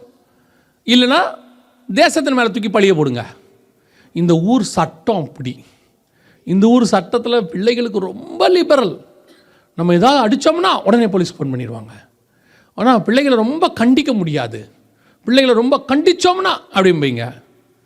இப்போ என்னோடய கேள்வி என்னென்னா, ஒன்று தேசம் சரியில்லை, இல்லை தேசத்தின் சட்டம் சரியில்லை, இல்லை தேசத்தினுடையதான என்வாயர்மெண்ட், சுற்றுச்சூழல் சரியில்லை, இதனால் பிள்ளைகள் கெட்டு போகிறாங்க அப்படின்னு சொல்கிறது. நீங்கள் சொல்கிறது சரி அப்படின்னு சொன்னால் ஒரு மொத்த பட்டணமும் கெட்டு போயிருந்துச்சு சோதோமில். 100%. ஏன்னா நாளை காலையில் அதை அழிக்க போகிறாங்க. அந்த அளவுக்கு கெட்டு போச்சு. எப்படி அந்த பட்டணத்துக்குள்ள ஒரு பெண்ணால் 2 பெண் பிள்ளைகளை ஒழுக்கமாக வழங்க முடிஞ்சிச்சு? நான் கேட்குறது புரியுதா? அந்த அம்மா 2 பெண் பிள்ளைகளை ஒழுக்கமாக வளர்த்துருக்காங்க. இப்போ பூமி முழுக்க கொடுமையினால் நிறைந்திருந்தது. பூமி சீர்கேடால் நிறைந்திருந்தது நோவா காலத்தில். நோவா ஒருத்தர் அதில் நீதிமானாக இருந்தார், தேவனோட சஞ்சரித்தார். ஆனால் நோவாவால் எப்படி தன்னுடைய 3 பிள்ளைகளுக்குள்ள தன்னுடைய தரிசனத்தை கொண்டு போக முடிஞ்சிச்சு? அவர் பேழையை கட்டினது மட்டும் இல்லை, 3 பிள்ளைகளும் சேர்ந்து கட்டுறாங்க. 3 பிள்ளைகள் மட்டுமல்ல, 3 மருமகள்களும் சேர்ந்து கட்டுறாங்க. ஒரு பேழைக்குள்ளே 8 பேரும் போகிறாங்க. பேதுருவின் புஸ்தகம் சொல்லுது. அப்படி இருக்கும்போது எப்படி இந்த காரியம் நடைபெற்றது? அப்போ நாம் பழியை தூக்கி உலகத்தின் மேலே போடுறோம், பழியை தூக்கி தேசத்தின் மேலே போடுறோம், சுற்றி இருக்கிறவங்க மேலே போடுறோம். இங்கே அப்பா நீதிமானாக இருந்தால், அப்பா தேவனோடு கூட சஞ்சரிக்கிறவராக இருந்தால், இங்கே தேச பிள்ளைகள் ரட்சிக்கப்படுகிறார்கள். அம்மா கர்த்தருக்குள் ஒழுக்கமாக இருந்து அப்பா நீதிமானாக இருந்தால் 2 பெண் பிள்ளைகளும் சோதோமுக்குள்ளே பாதுகாக்கப்படுகிறார்கள். நான் சொல்றது உங்களுக்கு புரியுதா? பாதுகாக்கப்படுகிறார்கள். அப்படின்னா கர்த்தர் உங்களையும் உங்கள் பிள்ளைகளையும் இந்த தேசத்தில் பாதுகாக்க வல்லமை உள்ளவராக இருக்கிறார். அப்போ நீங்கள் பழிய தூக்கி தேசத்தின் மேலேயோ அல்லது இங்கே இருக்கக்கூடிய சட்டத்தின் மேலேயோ சூழ்நிலைகள் மேலேயோ போடாதீங்க. அப்படித்தான் எல்லா காலத்திலும் இருக்கிறது. எல்லா காலத்திலும் நோவா அழிகிறதுக்கு முன்னாடி எப்படி இருந்துச்சான்? தேவபுத்திரர் மனுஷகுமாரத்திகள் அதிக சௌந்தரியம் உள்ளவனுக்கென்று அவர்களுக்குள்ளே பெண் கொண்டார்கள். வசனம் சொல்லுது, என் ஆவி மனுஷனோடு கூட போராடுவதில்லை. அப்படி தான் இருந்துச்சு. ஆனால் அதுக்கு நடுவில் 3 பசங்க ஒழுக்கமாக இருந்தாங்க. கர்த்தர் சொல்றாரு, சோதோம் செய்த பாவம் என் சந்நிதிக்கு வந்து எட்டினது, நான் பார்க்கும்படி வந்தேன். அதுக்கு நடுவில் 2 பெண் பிள்ளைகள் ஒழுக்கமாக இருந்தார்கள். பாபிலோனுக்குள்ள ஒரு தானியேலால் ஒழுக்கமாக இருக்க முடிஞ்சிச்சு. பாபிலோனுக்குள்ள சாத்ராக் மேஷாக் ஆபேத்நேகோவால் இருக்க முடிஞ்சிச்சு. நாசரேத்துக்குள்ள இயேசுவால் இருக்க முடிஞ்சிச்சு. அப்படின்னா இங்கேயும் உங்களால் பண்படுத்த முடியும். உங்கள் குடும்பத்தை நீங்கள் பத்திரமாய் பாதுகாக்க முடியும். You can. நீங்கள் சரி செய்யாமல், நீங்கள் தேவனோட சஞ்சரிக்காமல், நீங்கள் தேவனோட கூட உலாவாமல், நீங்கள் பழிய தூக்கி வேற மேலே போட்டுக்கிட்டு இருக்கிறீங்க. எப்படி நோவாவால் அதை செய்ய முடிஞ்சிச்சு அப்படின்னா, நோவா தேவனோடு கூட சஞ்சரிக்கிறவனாக இருந்தான். உண்மையை நான் உங்களுக்கு சொல்கிறேன். நீங்கள் கர்த்தரோட ஒழுக்கமாக இருந்தீங்கன்னா உங்கள் பிள்ளைகள் தூர போனாலும் கொண்டு வருவதற்கு கர்த்தர் வல்லமை உள்ளவராக இருக்கிறார். தேவனால் முடியும். பாருங்க, அவ்வளோ பெரிய தப்பை வந்து சாலமோன் செய்கிறார். அவ்வளோ பெரிய தப்பு செய்கிறார். ஆனால் ஆண்டவர் என்ன சொல்கிறாரு? உன் தகப்பன் நிமித்தம் நான் இறங்கினேன். புரியுதா? உன் தகப்பன் நிமித்தம் நான் இறங்கினேன். வசனம் சொல்லுது, நோவாவின் நிமித்தம் அவன் குடும்பத்தை கர்த்தர் ரட்சித்தார். கர்த்தராக இயேசு கிறிஸ்துவை விசுவாசி, அப்போது நீயும் உன் வீட்டாரும் ரட்சிக்கப்படுவீர்கள். பவுல் எழுதுகிறார் 1 கொரிந்தியர் 7 2 பேர் ஒன்றாக இருந்து பரிசுத்தவான்கள் திருமணம் செய்தால் தங்கள் பிள்ளைகளை ரட்சித்துக் கொள்வார்கள் எழுதுகிறார். அப்படி இருக்கும்போது பிள்ளைகள் ஏன் இப்படி போகிறாங்க? ஏன் நீங்கள் பண்படுத்த முடியல? நீங்கள் சொல்லக்கூடிய காரியம் என்ன? ரொம்ப ஸ்ட்ரிக்டாக இருந்தா. இன்றைக்கி பெற்றோர்கிட்ட ஒரு பெரிய ட்ராபேக் இருக்குது. என்னன்னு கேட்டிங்கன்னா, இவங்க பிள்ளைங்கிட்ட ஃபெயிலியர். நான் சொல்கிறது சின்ன பிள்ளைங்கிட்ட. வளர்ந்த பிறகு நான் சொல்ல வரவே இல்லை. சின்ன பிள்ளைங்கிட்ட, குழந்தைங்கிட்ட. நம்ம அப்பாலாம் குழந்தைகிட்ட, நம்ம குழந்தையாக இருக்கும்போது சாப்பாடு ஊட்டுற விதமே வேறு. அப்படி தானே? சாப்பாடு ஊட்டும் போது நீங்கள் பார்த்துருப்பீங்க. உங்களுக்கு ஞாபகம் இருக்குமான்னு தெரியாது, எனக்கு ஞாபகம் இருக்குது. நானும் பார்த்துருக்குறேன். அதுக்கப்புறம் அடுத்த ஜென்ரேஷனில் இந்த கொத்தனார் இந்த செவுத்தில் சிமெண்ட் பூசுவார்ல, பார்த்துருக்கீங்களா? அதை அப்படி ஒரு அடி அடித்து அப்படி ஒரு பூசுவார். அந்த மாதிரி தான் சாப்பாடு ஊட்டினாங்க நமக்கெல்லாம். வாயை இப்படி போட்டு இந்த வாயோடு போட்டு இப்படி இழுப்பாங்க. மொத்தம் உள்ளே போய் புஃப்புன்னு இருக்கும். துப்புனா அடிப்பாங்க. ஆமாம் தானே? துப்புனா அடிப்பாங்க. நம்ம மென்னு முழுங்க தான் செஞ்சோம். கதற ஊட்டுவாங்க. அழ என்ன செய்வாங்க? ஊட்டுவாங்க. இப்போ நீங்கள் பாருங்கள், அவன் சாப்பிடவே மாட்டான். ஃபோன் கொடுத்தாதான் சாப்பிடுவேன்னு அடம் பிடிக்கிறான். எத்தனை வயசு? 1.5 வயசு. நான் அன்றைக்கி ஒரு சர்ச்சில் பார்த்துட்டு கணவனை மனைவியை உட்காந்து பிள்ளைகளுக்கு அழகாக சாப்பாடு ஊட்டுறாங்க. ஒரு மாதிரி விளையாட்டு காட்டி ஊட்டுறாங்க. நான் உண்மையில் அவங்கள பார்த்து சொல்லிட்டேன், எனக்கு ரொம்ப சந்தோஷமாக இருக்குது. முதல் பெற்றோர் நீங்கள் தான். என்ன செய்கிறீங்க? இந்த மாதிரி இப்போ இந்த காலத்தில் இப்படி பிள்ளைக்கு சாப்பாடு ஊட்டுறீங்க. மிச்சம் எல்லாரும் ஃபோன் கொடுத்து தான் ஊட்டுவாங்கன்னு. அப்போ அந்த அம்மா சொன்னாங்க, நாங்களும் அப்படி தான் ஊட்டுவோம், இன்றைக்கி ஃபோனை காணோம்னாங்க. ஆனால் என்னென்னா, அவங்க சொன்னது உண்மை தான், ஒத்துக்கிட்டாங்க, நல்லது. ஆனால் உண்மை என்னென்னா, ஃபோன் இல்லாமலும் பிள்ளைக்கு ஊட்ட முடியும் இல்லையா? உங்கள் ஃபெயிலியர் அங்கே தொடங்குது. அங்கே ஆரம்பித்து ஒவ்வொரு விஷயத்துலையும் பிள்ளை சொன்னால் கேட்காது, பிள்ளைங்க சொன்னால் கேட்காது. உங்கள் வாயின் அறிக்கையே அப்படித்தான், கேட்காதுன்னு. அது கடைசியில் பெருசாகி வரும்போது அப்படி தான் கேட்காம போகுது. காரணம் யார்? பெருசான பிறகு வசனம் தெளிவாக சொல்லுது, பிள்ளையாடானை நடத்த வேண்டிய வழியில் நடத்து, அவன் அதை முதிர் வயதிலும் விடாதிருப்பான். சின்ன வயசுலேருந்து சர்ச்சுக்கு வரும்போது பிள்ளையை கூப்பிட்டு வரணும்ல. பிள்ளை எங்கே? நாளைக்கு எக்ஸாமுக்கு படிக்கிறாங்க. பிள்ளை எங்க? நாளைக்கு முக்கியமான எக்ஸாம் வருகிறது. உங்களுக்கு எப்போ படிப்பு முக்கியமாகி பிள்ளைகள் எதிர்காலம் படிப்பில் இருக்குன்னு தீர்மானத்துக்கு வந்துட்டீங்களோ அன்னைக்கே உங்கள் பிள்ளை உங்கள் கையை விட்டு போயிடுச்சு. பிள்ளையினுடைய எதிர்காலம் படிப்பினிடத்தில் இல்லை, பிள்ளையினுடைய எதிர்காலம் கர்த்தருடைய கரத்தில் வரையப்பட்டிருக்கிறது. அந்த அந்த அந்த விசுவாசம் முதல்ல உங்களுக்கு வரணும். இன்னைக்கு பெற்றோருக்கு படிப்பு விக்கிரகமாக மாறி இருக்கு. எந்த அளவுக்கு விக்கிரகம்னா, பைபிள் படிச்சான்னு கேட்கல, ஜோம் பண்ணியான்னு கேட்கல, ஆனால் எக்ஸாமுக்கு படிச்சியான்னு 100 தடவை கேட்குறிய. டியூஷனுக்கு அனுப்புறீங்க, ஸ்கூலுக்கு அனுப்புறீங்க, சர்ச்சுக்கு கூட்டு வரதுக்கு உங்களுக்கு அவ்வளவு கஷ்டமாக இருக்குது. அப்புறம் வளர்ந்த பிறகு பிள்ளை தப்பு செய்யும் போது இங்கே வந்து பாஸ்டர்கிட்ட அழுவுறது. இப்படி போயிடுச்சு பிள்ளை, என்ன என் பையன் இன்னும் ரட்சிக்கப்படாமல் இருக்கான், என்ன பண்ணலாம்? ஒன்றும் பண்ண முடியாது. அதுக்கு காரணம் நீங்கள் தான். வளர வேண்டிய காலத்தில் விட்டாச்சு, விட்டு முடிச்சுட்டு பண்படுத்த வேண்டிய நேரத்தில் லேண்டை என்ன பண்ணலை, பண்படுத்தலை. அப்புறம் எப்படி அது விளைச்சலை கொடுக்கும்? அப்புறம் எப்படி அது நல்ல கனிகளை கொடுக்கும்? நல்ல கனி கொடுக்கும் என்று காத்திருந்த தேவனுக்கே கசப்பான கனி கொடுத்துச்சான். நீங்கள் கிளையும் நறுக்கலை, களையும் பிடுங்கலை, அதுக்கு ஒன்றும் கொடுக்கல. கேட்டால் சொல்கிறாங்க நிறைய பெற்றோர், நாங்கள் தான் கஷ்டப்பட்டோம், எங்கள் பிள்ளைகளாவது சந்தோஷமாக இருக்கட்டும். பிள்ளைகள் சந்தோஷமாக இருக்க வேணான்னு எவன் சொன்ன? நீங்கள் சாப்பிடாமல் கஷ்டப்பட்டீங்க, பிள்ளைகளுக்கு சாப்பாடு கொடுங்க. நீங்கள் பணம் இல்லாமல் கஷ்டப்பட்டீங்க, தேவையான பணத்தை கொடுங்க. ஸ்கூலுக்கு ஃபீஸ் கட்டுறது ஏதோ தேவை கொடுங்க. நீங்கள் ட்ரெஸ் இல்லாமல், நம்ம ரொம்ப ட்ரெஸ் இல்லாமல் ரொம்ப கிழிஞ்ச ட்ரெஸ் எல்லாம் போட்டிருந்த காலம் நமக்கு இருந்துச்சு, நல்ல ட்ரெஸ் வாங்கி கொடுங்க. இதெல்லாம் யார் வேணான்னு சொன்னா? ஒரு காலத்தில் இதெல்லாம் இல்லாத போது நம்மை தேவன் கையில் பிடிச்சு நம்மளை இந்த இடத்துக்கு கொண்டு வந்து உட்கார வச்சாருல்ல, இதைத்தான் அவங்களுக்கு கொடுங்கன்னு சொல்கிறோம். இதுதான் நீங்கள் கொடுக்குற பணமோ, நீங்கள் கொடுக்குற படிப்போ, நீங்கள் வச்சுட்டு போகிற ஆஸ்தியோ சம்பாத்தியமோ ஒரு நாள் உங்கள் பிள்ளைகளை கைவிடுவதற்கு வாய்ப்பு இருக்கிறது. ஆனால் நீங்கள் கொடுத்து விட்டு போகிற இயேசு கிறிஸ்து ஒரு நாளும் கைவிடவே மாட்டார். இன்றைக்கி சபை எதை குடும்பம் கொடுத்துட்டு போகுது? பண்படுத்துக்கிற வேலையே இல்லை. வீட்டில் ப்ரேயர் இருக்குதா? நாங்கள் தனியாக ஜெபம் பண்ணுறோம். ஃபேமிலி ப்ரேயருங்க, ப்ரேயர் இருக்குதா? பிள்ளைங்க ஜெபம் பண்ணுறாங்களா? எங்கே? அவங்க போய் ரூமில் கதவை சாத்திக்கிறாங்க. ஜெபம் பண்ணுறாங்களா என்னன்னே தெரியாது. அவங்களா வெளியே வந்தால் தான் முடியுது. ஃபெயிலியர் பெற்றோர்ஸ், ஃபெயிலியர் பேரண்ட்ஸ். பிள்ளைய சாப்பிட கூப்பிடும்போது ஃபோன் பண்ணி கூப்பிட்றாங்க. சாப்பிட வரியாமா? எங்கே இருக்க? ரூம்குள்ளே போகிறதுக்கு கூப்பிட்றதுக்கு அவ்வளோ கஷ்டம். சாப்பாடு போட்டோன்னா தட்டில் எடுத்துக்கிட்டு அது போயிடுது ரூமுக்கு. சாப்பாடு போட்டோன்னா தட்டில் எடுத்துக்கிட்டு இவன் போயிடுறான் ஒரு ரூமுக்கு. அப்போ இருந்ததான அன்பும் எல்லாம் இப்போ ஒன்றும் கிடையாது, எல்லாம் தனித்தனி ரூமுக்கு போயிடுது. நிச்சயம் நான் சொல்கிறது. இனியோட நிலைமை என்ன? இதை கேட்கவோ கண்ட்ரோல் பண்ணவோ பெற்றோர்கிட்ட எந்த விதமான அதிகாரமும் இப்போ நம்மக்கிட்ட இல்லை. இதுதான் உண்மை.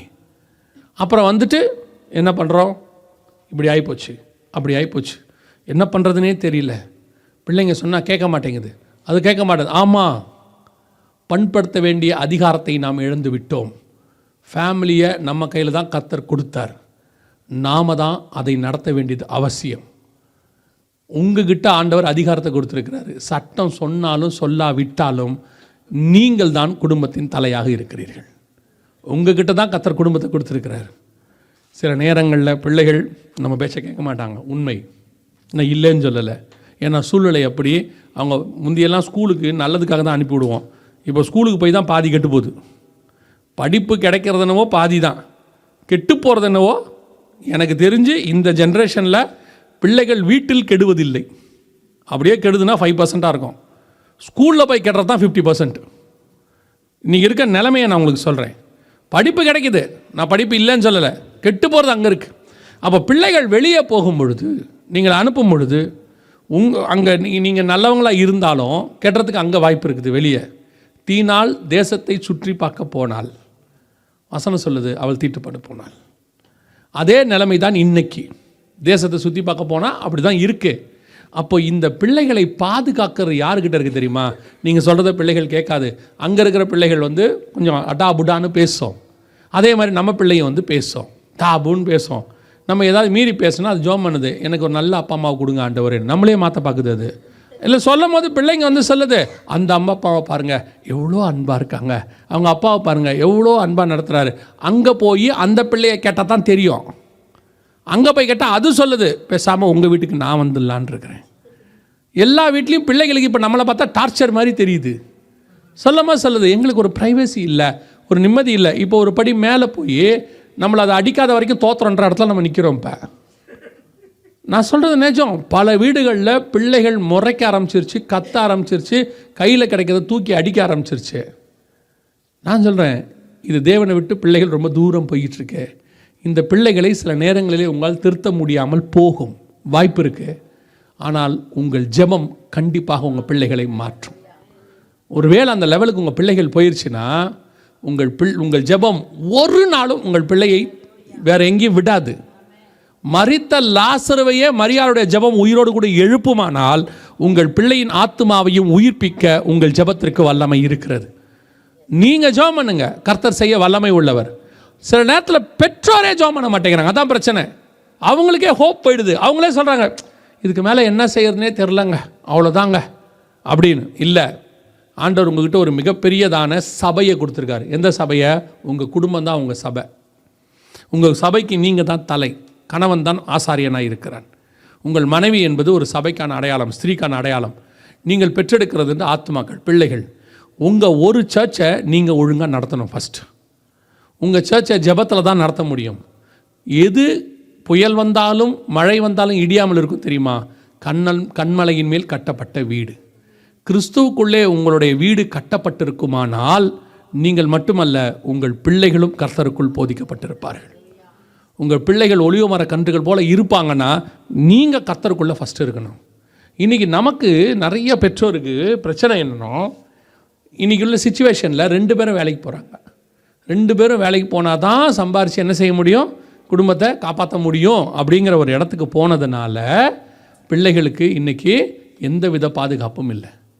சிலருக்கு வேறு வழி இல்லை, சுச்சுவேஷன் அப்படி தான் இருக்குது. அதெல்லாம் உட்காந்து கொஞ்சம் தீர விசாரித்து பார்த்தீங்கன்னா அது வேறு மாதிரி போகும். நாங்கள் போகலை, ஆனால் 2 பேரும் வேறு வழி இல்லை, போகிறாங்க. Right, okay, fine. குடும்பத்தை காப்பாற்ற வேண்டி இருக்கிறது. அத்தியாவசியத்துக்கே 2 பேரும் வேலை செய்கிற நிலைமையில் இருக்குது. இப்போலாம் குடும்பமாக வேலை செய்கிற மாதிரி இருக்குது. அப்படி இருந்து ஒருவேளை உங்கள் பிள்ளைகளை நீங்கள் சரியாக பார்க்க முடியல, மெயின்டைன் பண்ண முடியலன்னா, முதலாவது உங்கள் தேவன் கையில் அதை ஒப்பு கொடுங்க. உங்கள் மேலே இருக்கிற ஒரு பெரிய ஆவிக்குரிய திட்டம் ஒன்று இருக்குது. ஏன் தெரியுமா? உங்ககிட்ட இருக்கிறது ஈசாக்கா அல்லது இஸ்மவேலான்னு உங்களுக்கு தெரியணும். கர்த்தர் உங்ககிட்ட ஒரு ஈசாக்கை கொடுத்துருந்து நீங்கள் சரியாக வளர்க்காமல் விட்டுட்டு அது இஸ்மவேல் ஆயிடுச்சுன்னு வச்சுக்கோங்க, கஷ்டம். உங்ககிட்ட ஆண்டவர் கொடுத்துருக்கிறது யாக்கோபா ஏசாவான்னு உங்களுக்கு தெரியணும். ஆண்டவர் உங்களுக்கு அப்படி ஒரு ஆவிக்குரிய திட்டத்தை கொடுத்துருக்கிறார். அதில் ஃபஸ்ட்டு உங்கள் ஃபேமிலி.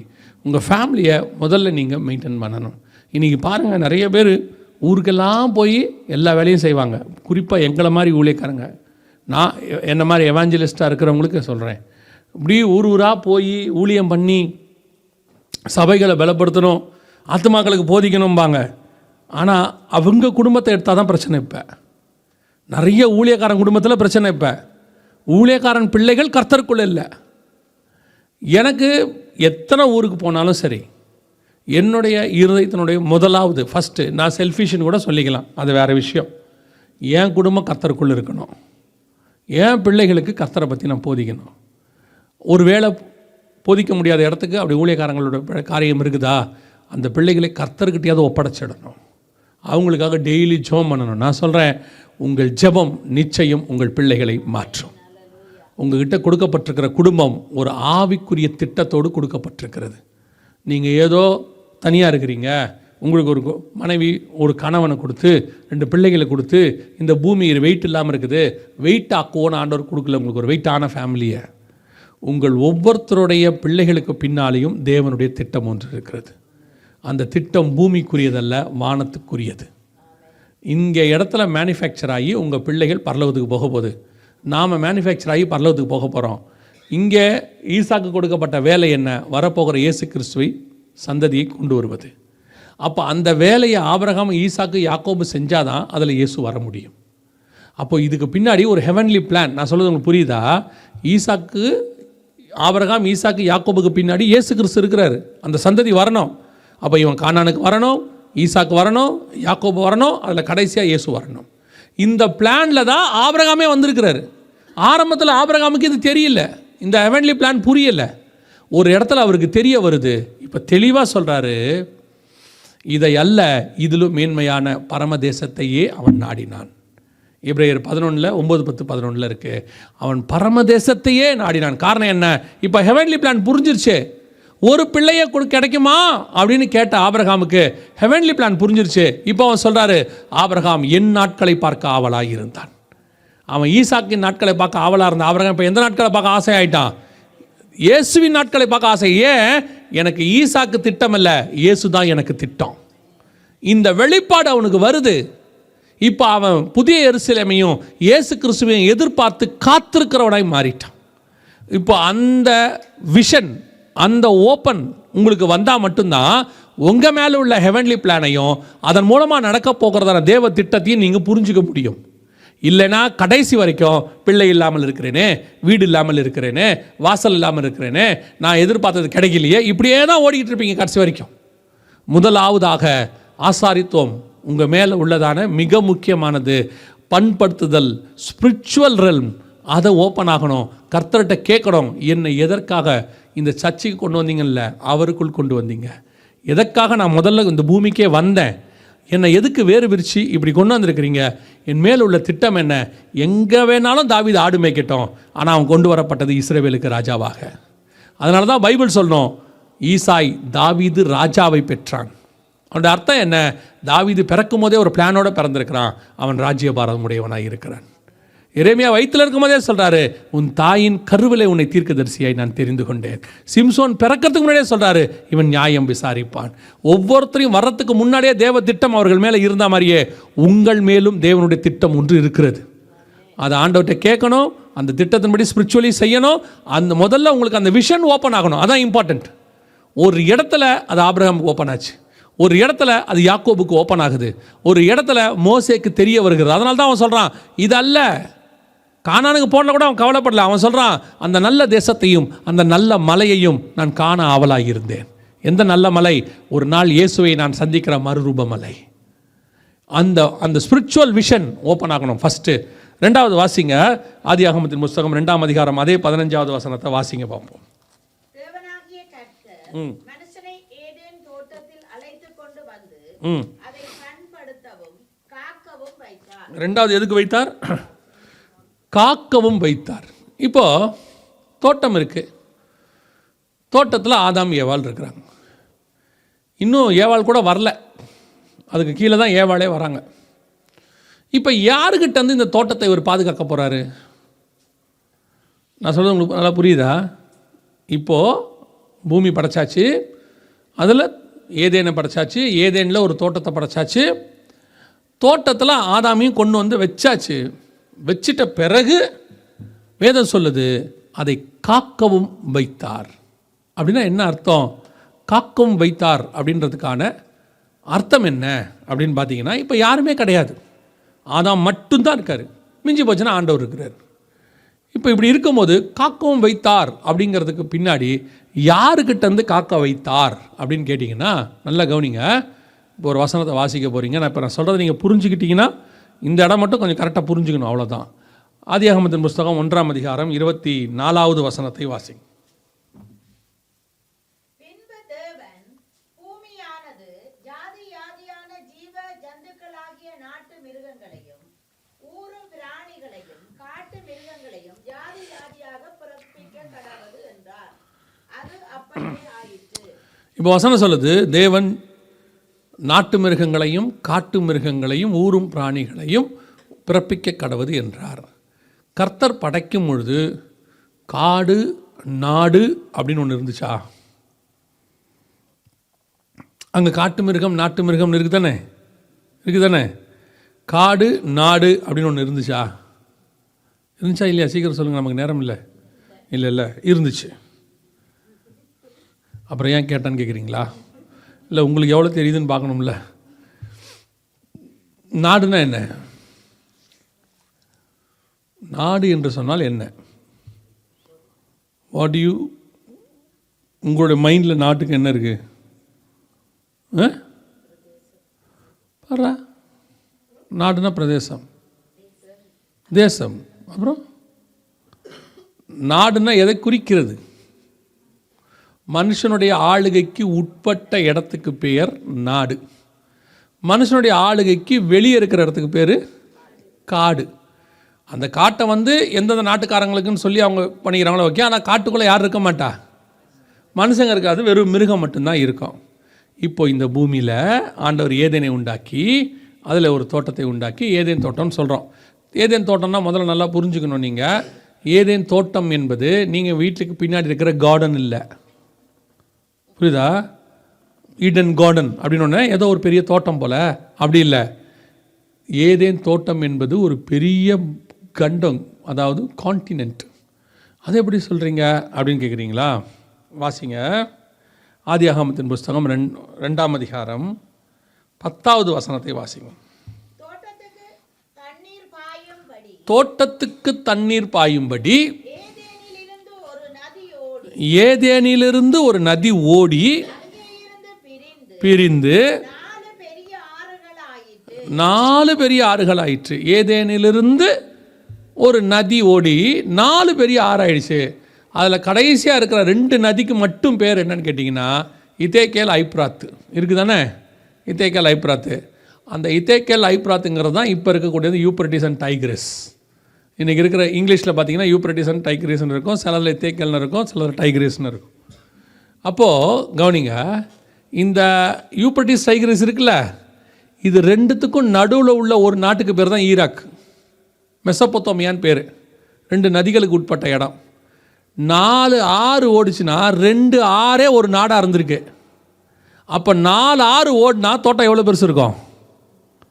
நான் சொல்ல புரியுதா? நமக்கு தோட்டம்ன்றது எப்போவுமே மைண்டில் என்னவா இருக்குது? ஒரு சின்ன கார்டன் அப்படி தான் நினச்சிட்டு இருக்கிறோம்ல. பைபிள் படி கார்டனுங்கிறது என்னன்னு கேட்டிங்கன்னா ஒரு பெரிய நாடு. ஏதேனுங்கிறது கண்டம். ஏதேனிலிருந்து ஒரு நதி புறப்பட்டு தோட்டத்துக்கு தண்ணீர் பாயும்படி தோட்டத்துக்கு வருது. அந்த தோட்டத்துக்கு ஓடி வர 4 ஆறில் 2 ஆறு ஒரு நாடாக இருக்குது. 2 ஆற்றுக்கு நடுவில் ஒரு நாடு இருக்குது. அப்போ 4 ஆறு ஓடினா எப்படி இருக்கும்? அது எவ்வளோ பெரிய நாடாக இருக்கும்னு பார்த்துக்குங்க. இந்த நாடை தான் கர்த்தர் ஆண்டு கொள்ளுங்கள்னு அவங்க கையில் கொடுத்தாரு. தோட்டத்துக்குள் கொண்டு வந்து வைத்து ஆண்டு கொள்ளுங்கள்னு கொடுத்தாரு. இந்த தோட்டத்துக்குள்ளே இருக்கிற மிருகங்கள் இருக்குல்ல, இதுக்கு பேர் தான் நாட்டு மிருகம். இந்த தோட்டத்துக்கு வெளியே இருக்குல்ல, அதுக்கு பேர் தான் காட்டு மிருகம். இப்போ காவல் காக்கவும் அப்படின்னு கர்த்தர் சொன்னது என்னென்னா, தோட்டத்துக்குள்ளே இருக்கிறல்ல, வெளியிருந்து எந்த காட்டு மிருகமும் எங்கே வரக்கூடாது? தோட்டத்துக்குள்ளே வரக்கூடாது. வாசிங்க ஆதியாகமத்தின் புஸ்தகம் 3ஆம் அதிகாரம் 1வது வசனத்தை வாசிங்க.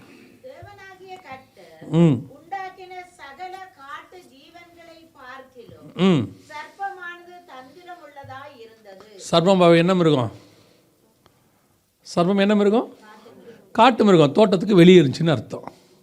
இப்போ கர்த்தர் காவல் காக்க சொன்னது என்னன்னு கேட்டால், வெளியிருக்கிற எந்த மிருகமும் உள்ளே வராமல் பார்த்துக்கோன்னு அர்த்தம். இப்போ ஆதாம் எங்கே ஃபெயிலியர் தெரியுமா? பழம் சாப்பிட்டது 2வது, பாம்பை உள்ளே விட்டது தான் ஃபஸ்ட்டு. அவர் காவல் காக்க வேண்டிய இடத்துலையே ஃபெயிலியர். அதுக்கு அப்புறம்தான் பாம்பு வந்து பேசிச்சு.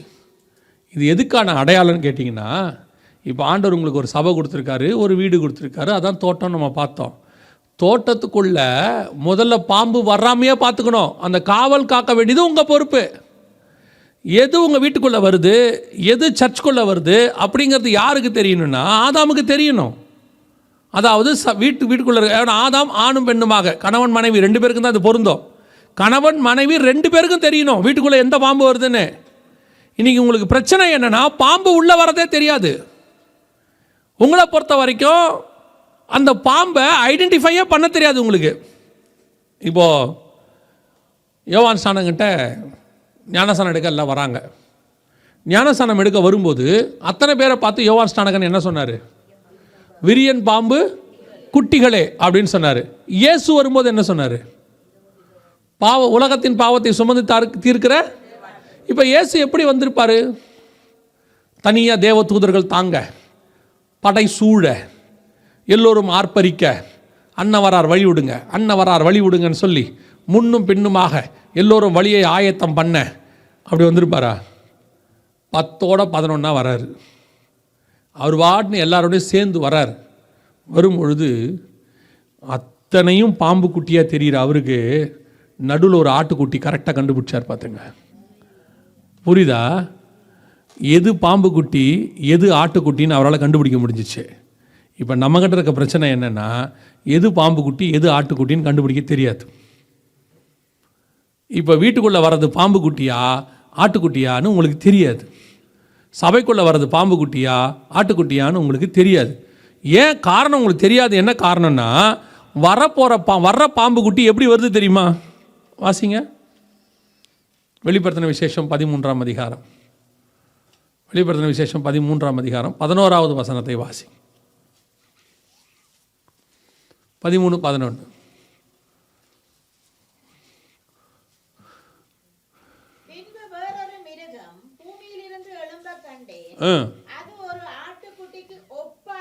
அது ஒரு ஆட்டுக்குட்டிக்கு ஒப்பாக 2 கொம்புகளை உடையதாய் இருந்தது. அப்போ வந்தது யாரு? பாம்பா ஆடா? பாம்பு. ஆனால் பார்க்கறதுக்கு எப்படி இருந்துச்சு? ஆடு. இன்னைக்கு இதனால தான் உங்களுக்கு கண்டுபிடிக்க முடியல. காரணம் என்ன? வர்றதெல்லாம் பைபிள் தூக்கிட்டு தான் வருது. வர்றதெல்லாம் ஊழியக்காரன் போர்வையில் தான் வருது. வீட்டுக்குள்ளே வர்றதெல்லாம் கிறிஸ்தவ போர்வையில் தான் வருது. Praise the Lord brother, praise the Lord sister, அப்படி தான் வருது. ஆனால் நீங்கள் வர்ற தோரணையை வச்சுக்கிட்டு நீங்கள் அதை ஆட்டுக்குட்டி என்று நினைத்து விடுகிறீர்கள். ஆனால் உள்ளே வருவது பாம்பு குட்டியாக இருக்கிறது.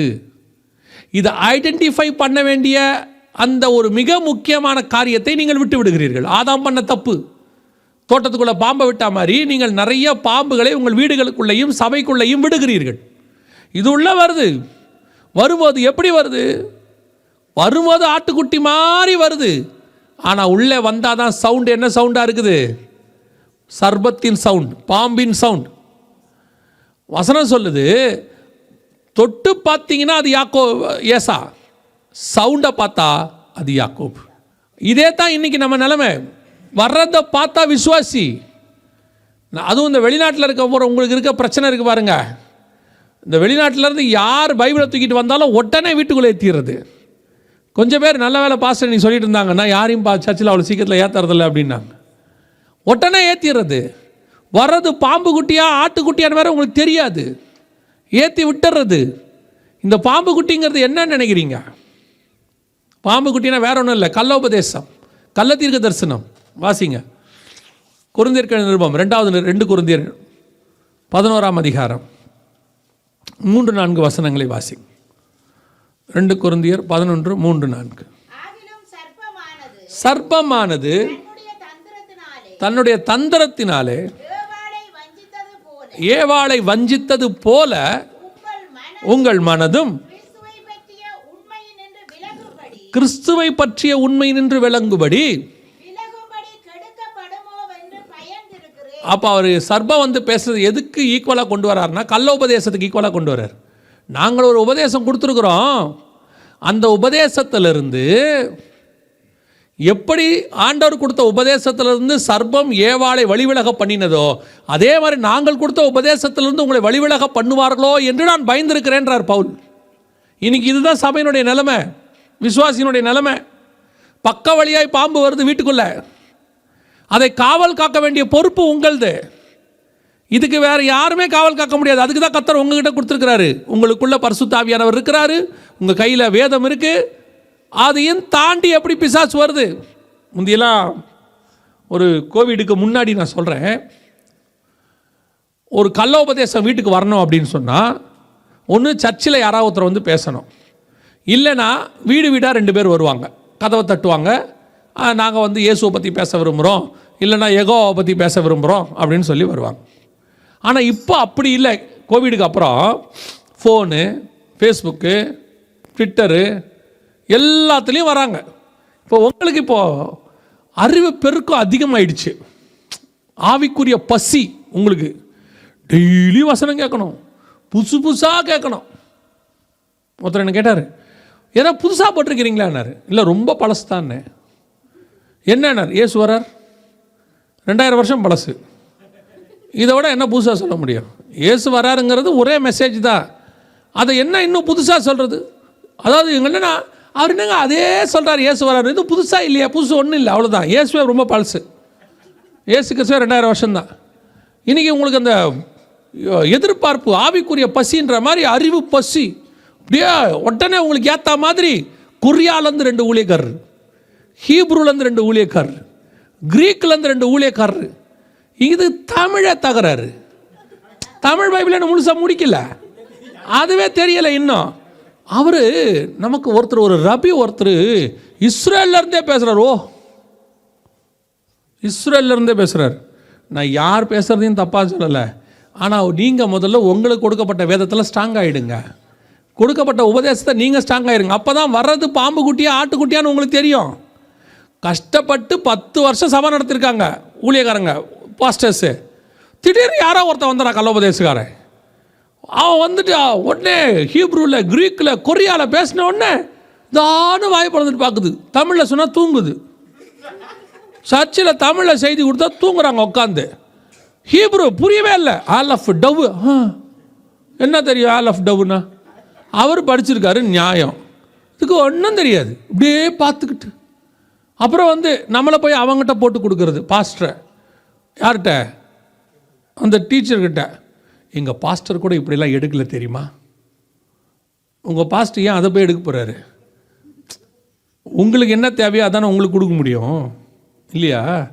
நமக்கு என்ன சாப்பாடு தேவையோ அதானே உங்களுக்கு கொடுப்பாங்க. சில நேரத்தில் பாருங்கள், இந்த கணவர்மார் இந்த ஹோட்டலுக்கு போனீங்க, நம்ம நார்மலாக ஹோட்டலுக்கு போனோம்னா அந்த சர்வர் கேட்பார் நம்மளை, என்ன சாப்பிட்றீங்க அப்படின்னு ஒரு மெனு கார்டு கொடுப்பாரு. நம்ம என்ன சாப்பிட்றோம் அப்படின்னு கேட்டு அவராக சில சஜஷன் சொல்லுவார். சார் இது நல்லாயிருக்கும், அது நல்லாயிருக்கும் அப்படின்லாம் சொல்லுவார். இப்போ நீங்கள் வீட்டுக்கு வாங்க, நீங்கள் போய் கேட்கணும் என்ன இருக்குது. அவங்க சொல்லுவாங்க, இந்த ஃப்ரிட்ஜில் இருக்குது பாருங்கள், எடுத்து சுடு பண்ணி சாப்பிடுங்க.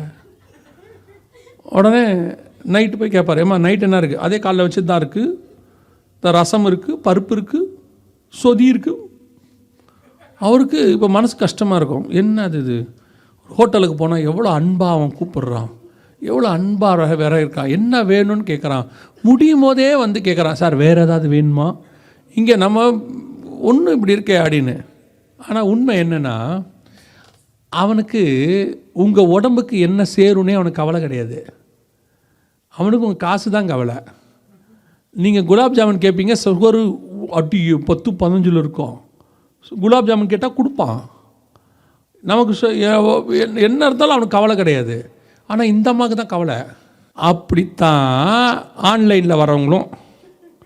உங்களுக்கு புரியுதா? அவங்கள பொறுத்த வரைக்கும் 1 மணி நேரம் கேட்டு அவங்களுடைய பேங்க் அக்கௌண்ட் டீட்டெயில்ஸை கொடுத்துட்டு உங்களை கீழே எங்களுடைய ஊழியத்தை தாங்குங்கள்னு நீங்கள் தாங்கிட்டீங்கன்னா அவங்க கதை முடிஞ்சிருச்சு. ஆனால் இருக்கிற பாஸ்டருக்கு தான் தெரியும் இது என்ன நிலைமையில் இருக்குது, எதை தின்னா தாங்கும், எதை தின்னா தாங்காது. இத்தனை வருஷமாக சர்ச்சுக்கு வருது, இன்னும் அதுக்கு தெசலோனிக்கேயர் எங்கே இருக்குன்னு தெரியாது, அதுக்கு பைபிளே எங்கே இருக்குன்னு தெரியாது, பாதி பைபிளே இல்லாமல் வரும் சர்ச்சுக்கு. இன்றைக்கி பாதி குரூப் அப்படி தான் இருக்கே. இதுக்கு ஹீப்ரு ஆல் ஆஃப் டவ், தமிழ் பைபிளே ஒழுங்காத்துன்னு போகல வீட்டுக்கு. புரியுதா? நான் உங்களை திருப்பி ஹீப்ரு படிக்கிறது தப்புன்னு சொல்லவே இல்லை. திருப்பி நீங்கள் தப்பாக எடுத்துக்க போறியா? நான் திருப்பி ஆரம்பத்தில் திருப்பி சொல்கிறேன். முதலில் உங்களுக்கு கொடுக்கப்பட்டதில் நீங்கள் ஸ்ட்ராங் ஆகிடுங்க. இல்லைவென்றால் வந்தது பாம்பா ஆடான்னு தெரியாது. நல்ல ஹீப்ரு எடுக்கிறவங்க இருக்காங்க, சொல்லி கொடுக்குறவங்க இருக்காங்க, எனக்கு தெரிஞ்சவரே இருக்கிறாரு. ஆனால் போலியாக வரவங்க 10 பேர் இருக்காங்க. முந்தி இயேசுநாதர்கிட்ட 12 பேரில் ஒரு யூதாசு 11 நல்லவன். இப்போ 11 யூதாசு, ஒருத்தன் தான் நல்லவன். இப்போ கண்டுபிடிக்கிறது கஷ்டம். உங்களுக்கு முதல்ல அந்த ஆவியை நிதானிக்கிற வரம் வேணும். யோவானுக்கு இருந்த மாதிரி, யோவான் ஸ்நானகனுக்கு இருந்த மாதிரி வரது பாம்பு குட்டியா ஆட்டுக்குட்டியான்னு உங்களுக்கு இல்லையே. விட்டுறது உள்ள, அதுவும் பாஸ்டருக்கு தெரியாமல் கூப்பிடுறது தீர்க்க தரிசனத்துக்கு வீட்டுக்கு அப்படியே கூப்பிட்டு வர வச்சு அவருக்கு முன்னாடி அப்படியே உட்காந்து குடும்பமே பவ்யமாக இருக்குது. நம்ம இங்கே சத்தியத்தை போதிச்சோம்னா அதுக்கு பவ்யம் வராது, இப்படி உட்காந்துருக்கோம். எப்போ பார்த்தாலும் பாஸ்டர் சத்தியம் சத்தியம், இயேசு வரார் இயேசு வரார். அவன் அடிச்சு விட்றான். அடுத்த வருஷம் இந்நேரம் டவுலர்ஸில் நீங்கள் 3 அடுக்கு மாடி வாங்குகிறீர்கள், கர்த்தர் சொல்லுகிறார். இதுக்கு அதுதான் ரொம்ப சந்தோஷமாக இருக்குது. அடுத்த 30 வருஷம் ஆனாலும் வாங்க போகிறதில்ல, ஆனாலும் கேட்கறதுக்கு சந்தோஷமாக இருக்கு. அதை பிடிச்சிட்டு அப்படியே அலையிறது ஒரு குரூப் இருக்குது. அப்படி நல்லா கவனிச்சுக்கொள்ளுங்க. நிறைய இந்த மாதிரி உங்கள் வீடுகளுக்குள்ளே விட்டு நாசமானவர்கள் நிறைய பேர் இருக்கிறாங்க. கள்ள தீர்க்கதரிசிகளையும் கள்ள போதகர்களையும் அதே மாதிரி கள்ள டீச்சிங்ஸு, இந்த மாதிரி நிறைய ஆட்களை உள்ளே விட்டாங்க. அதான் பைபிள் சொல்லுது, பாம்பு உள்ளே வராமல் என்ன செய்யணும்? பார்த்துக்கணும், பத்திரமா பார்த்துக்கணும். விட்டுட்டிய, அதுக்கப்புறம் பிறக்கிறது காயினாக இருக்கும். பிறக்கிறது என்னவாக இருக்கும்? காயினாக இருக்கும். பைபிளில் வாசித்து பாருங்கள், 4ஆம் அதிகாரம் 1ஆம் வசனம் சொல்லுது. ஆதியாகமம் 4:1 வாசிங்க. ஆதாம் தன் மனைவியாகிய ஏவாளை அறிந்தான். அவள் கர்ப்பவதியாகி காயினை பெற்று கர்த்தரால் ஒரு மனுஷனை பெற்றேன் என்றாள். போதும், கர்த்தரால் ஒரு மனுஷனை பெற்றேன். ஆதாமும் ஏவாளும் சேர்ந்து தான் என்ன பண்ணியிருக்கிறாங்க? ஒரு குமாரனை பெற்றிருக்கிறாங்க. அதுக்கு பேர் காயின்னு பேர். 1 யோவான் 3ஆம் அதிகாரம் 12வது வசனம்.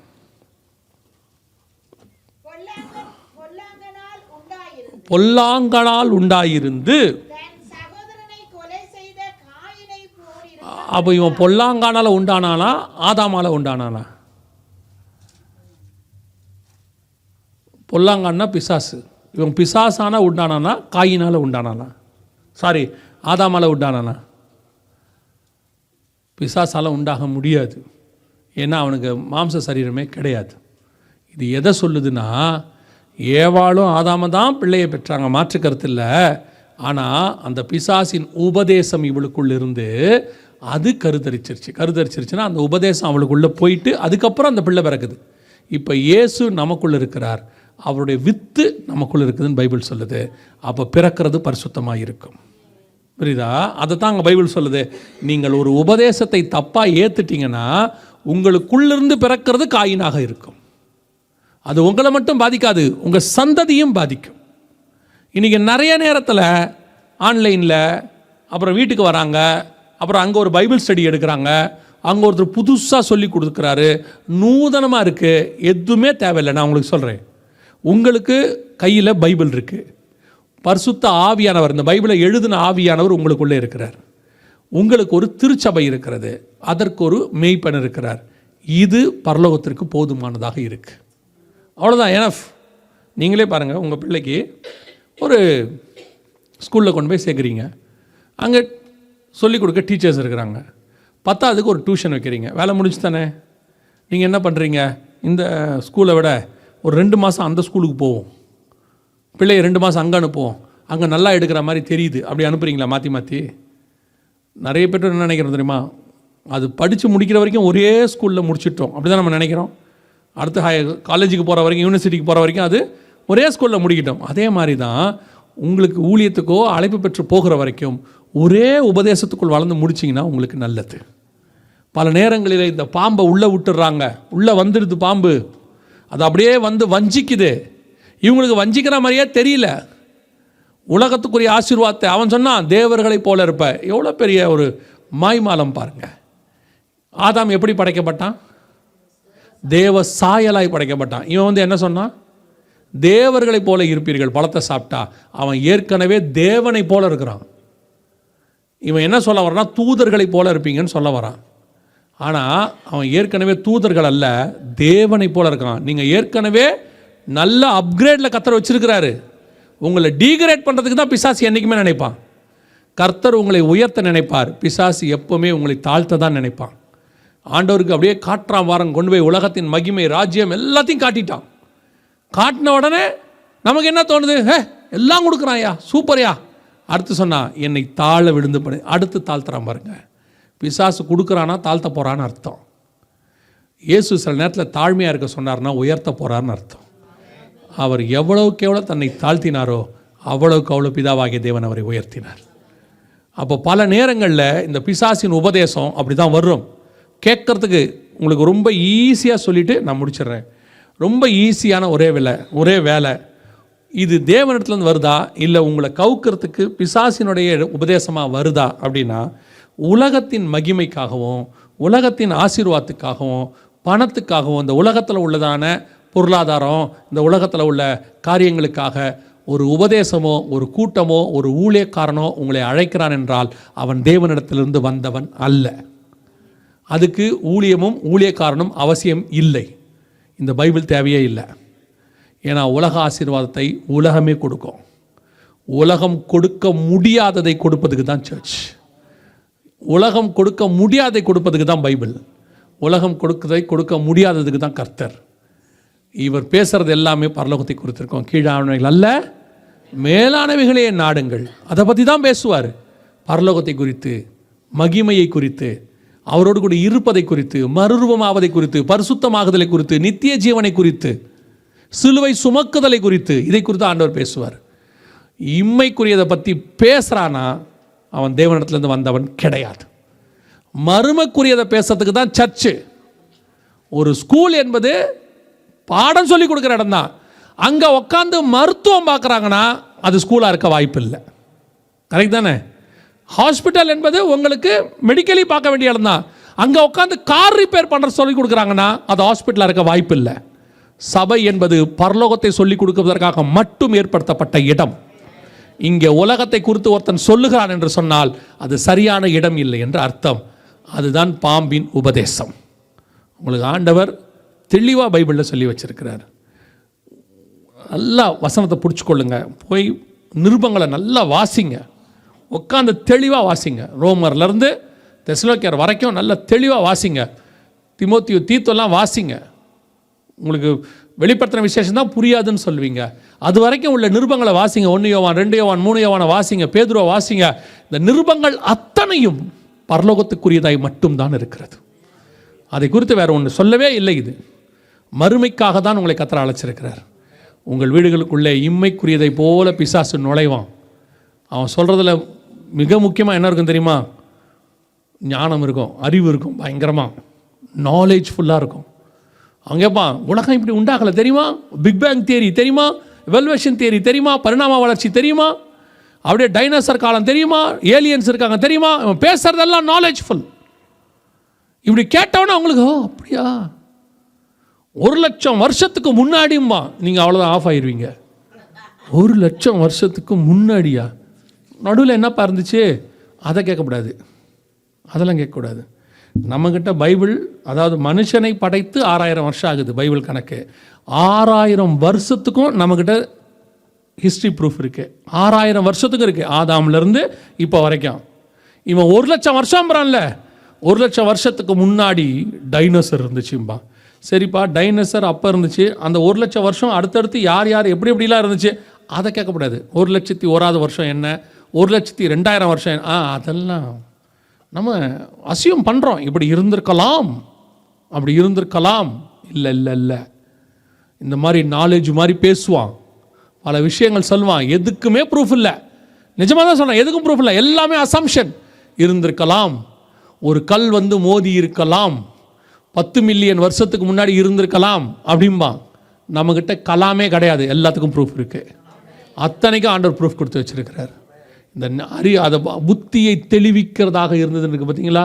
அப்படி சும்மா எடுத்து சயின்ஸு டேட்டா கேட்டாமா உட்காந்து கொஞ்சம் டீட்டெயிலாக பேசுனீங்கன்னா அவங்ககிட்ட எதுவுமே இருக்காது. ஏமாறாதிய, பைபிள் தெளிவாக சொல்லுது. நமக்கு என்ன தேவையோ அதை ஆண்டவர் பைபிளில் கொடுத்து வச்சிருக்கிறார். இதை நல்லா தெளிவாக படிங்க. இதை தாண்டி வேறொரு உபதேசம் இல்லை, நூதனமானது இல்லை. ஒரே ஒரு கருத்தை சொல்லிட்டு முடிச்சிடுறேன். கள்ளோபதேசக்காரன் உங்களை மெயினாக பண்ண சொல்கிற ஒரு விஷயம் என்ன தெரியுமா? இதுக்கு ஆல்டர்னேட்டாக ஒரு புக்கு கொடுப்பான். நான் உங்களுக்கு சொல்கிறேன், எந்த கள்ளோபதேசக்காரனாக இருக்கட்டும், இந்த புக்கை படிங்க அப்படின்னு ஒன்று கொடுப்பான். அந்த புக்கை கொடுத்துட்டானா அவன் கள்ளோபதேசக்காரன் தான். தெளிவாக சொல்கிறேன், இந்த புக்குக்கு ஆல்டர்னேட்டாக வேறொரு புக்கே கிடையாது. இந்த புக்கை படிக்க சொல்கிறதுக்கு தான் சர்ச்சு. இந்த புக்குக்கு பதிலாக வேறொரு புக்கை படிங்கன்னு அவன் சொல்கிறான்னா அது எந்த புக்காக வேணா இருக்கட்டும், யார் எழுதுனதாக வேணா இருக்கட்டும். திருப்பியும் சொல்கிறேன், இந்த பைபிளை தவிர்த்து வேறொரு புஸ்தகத்தை நீங்கள் படிங்க, நாங்கள் கொடுக்குறோம், அதில் விளக்கமாக எழுதியிருக்கிறோம், பைபிளில் உள்ளதான் நாங்கள் கமெண்ட்ரியாக எழுதியிருக்கோங்க, எதையுமே படிக்காதீங்க, தேவையே கிடையாது. ஏன்னா இந்த ஒன்று மட்டும்தான் பரிசுத்த ஆவியானவர் எழுதினது. மிச்சம் எல்லாம் மனுஷன் எழுதினது தப்பு கண்டிப்பாக இருக்கும். இதில் ஒன்றில் மட்டும்தான் எதுவும் இருக்காது. அல்லேலூயா. நாம் ஜெபிக்க போகிறோம். எழுந்திருக்கலாமா நாம் எல்லாரும்?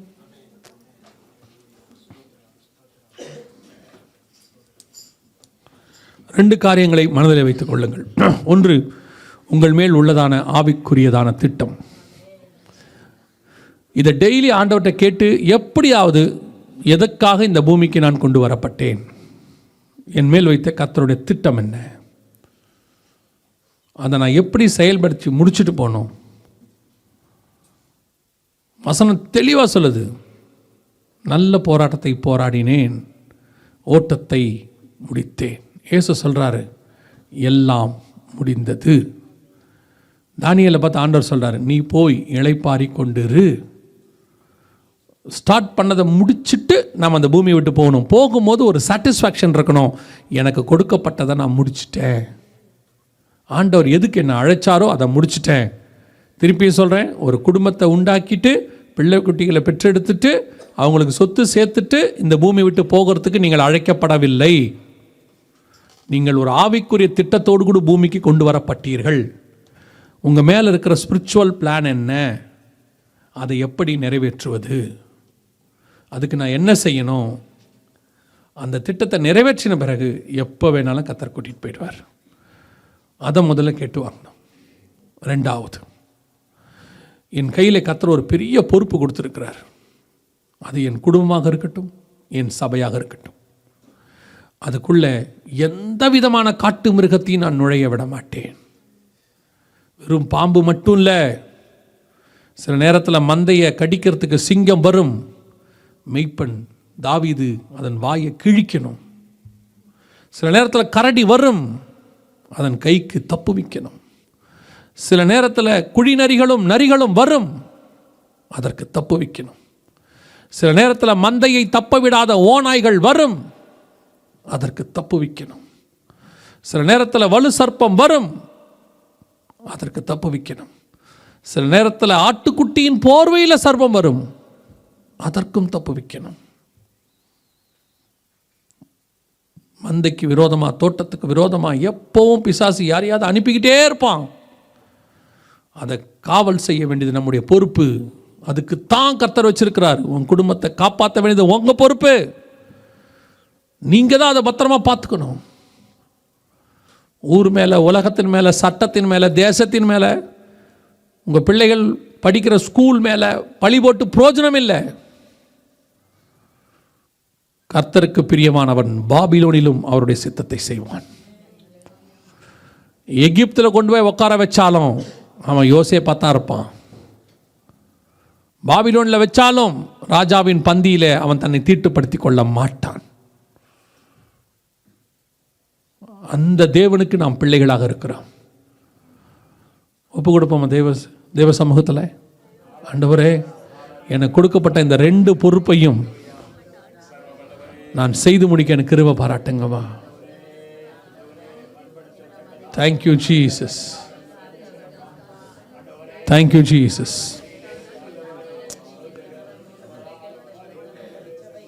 Thank you lord. சர்வ வல்லமையுள்ள எங்கள் ஆண்டவரே, இந்த அருமையான நாளுக்காய் உமக்கு நன்றி. எங்களுக்கு கொடுக்கப்பட்ட பொறுப்புகளை நீர் வருவதற்குள்ளாக உண்மையும் உத்தமமாய் செய்து முடிக்க, எங்கள் கையில் கொடுத்த ஆடுகளை பத்திரமாய் கொண்டு வந்து உடைய சமூகத்தில் ஒப்படைக்க நீர் வரும் பொழுது, இதோ நீர் எனக்கு 5 கொடுத்தீர், இதோ 10 இருக்கிறது, இதோ நான் 2 கொடுத்தீர், 4 இருக்கிறது என்று தைரியமாய் உம்மை சந்திக்கிற கூட்டத்தில் காணப்பட கர்த்தர் கிருபை பாராட்டுங்கப்பா. எங்ககிட்ட 100 கொடுத்தீங்க, ஒரு ஆட்டை காணும்னு வந்து நாங்கள் நிற்கக்கூடாது ஆண்டவரே. எங்கிட்ட கொடுத்த 100ஐயும் பத்திரமா கொண்டு வந்து ஒப்படைக்க கிருபை பாராட்டுங்க. எங்கிட்ட இருக்கிற 10 வெள்ளி காசில் 1 காசு கூட காணாது போகாதபடி கர்த்தர் பத்திரமா பாதுகாத்து கொள்ளுங்க. ஒரு நாளும் ஆண்டவரே நாங்கள் எங்களுக்கு கொடுத்தவைகளை இழந்து விட்டு வந்து நிற்காதபடி கர்த்தர் பாதுகாத்து கொள்ளும். மகிமையுள்ள கரத்தில் எங்களை தாழ்த்துகிறோம். எங்கள் ஆண்டவர் இயேசு கிறிஸ்துவின் நாமத்தில் ஒப்பு கொடுத்து ஜெபிக்கிறோம். ஜீவனுள்ள நல்ல பிதாவே.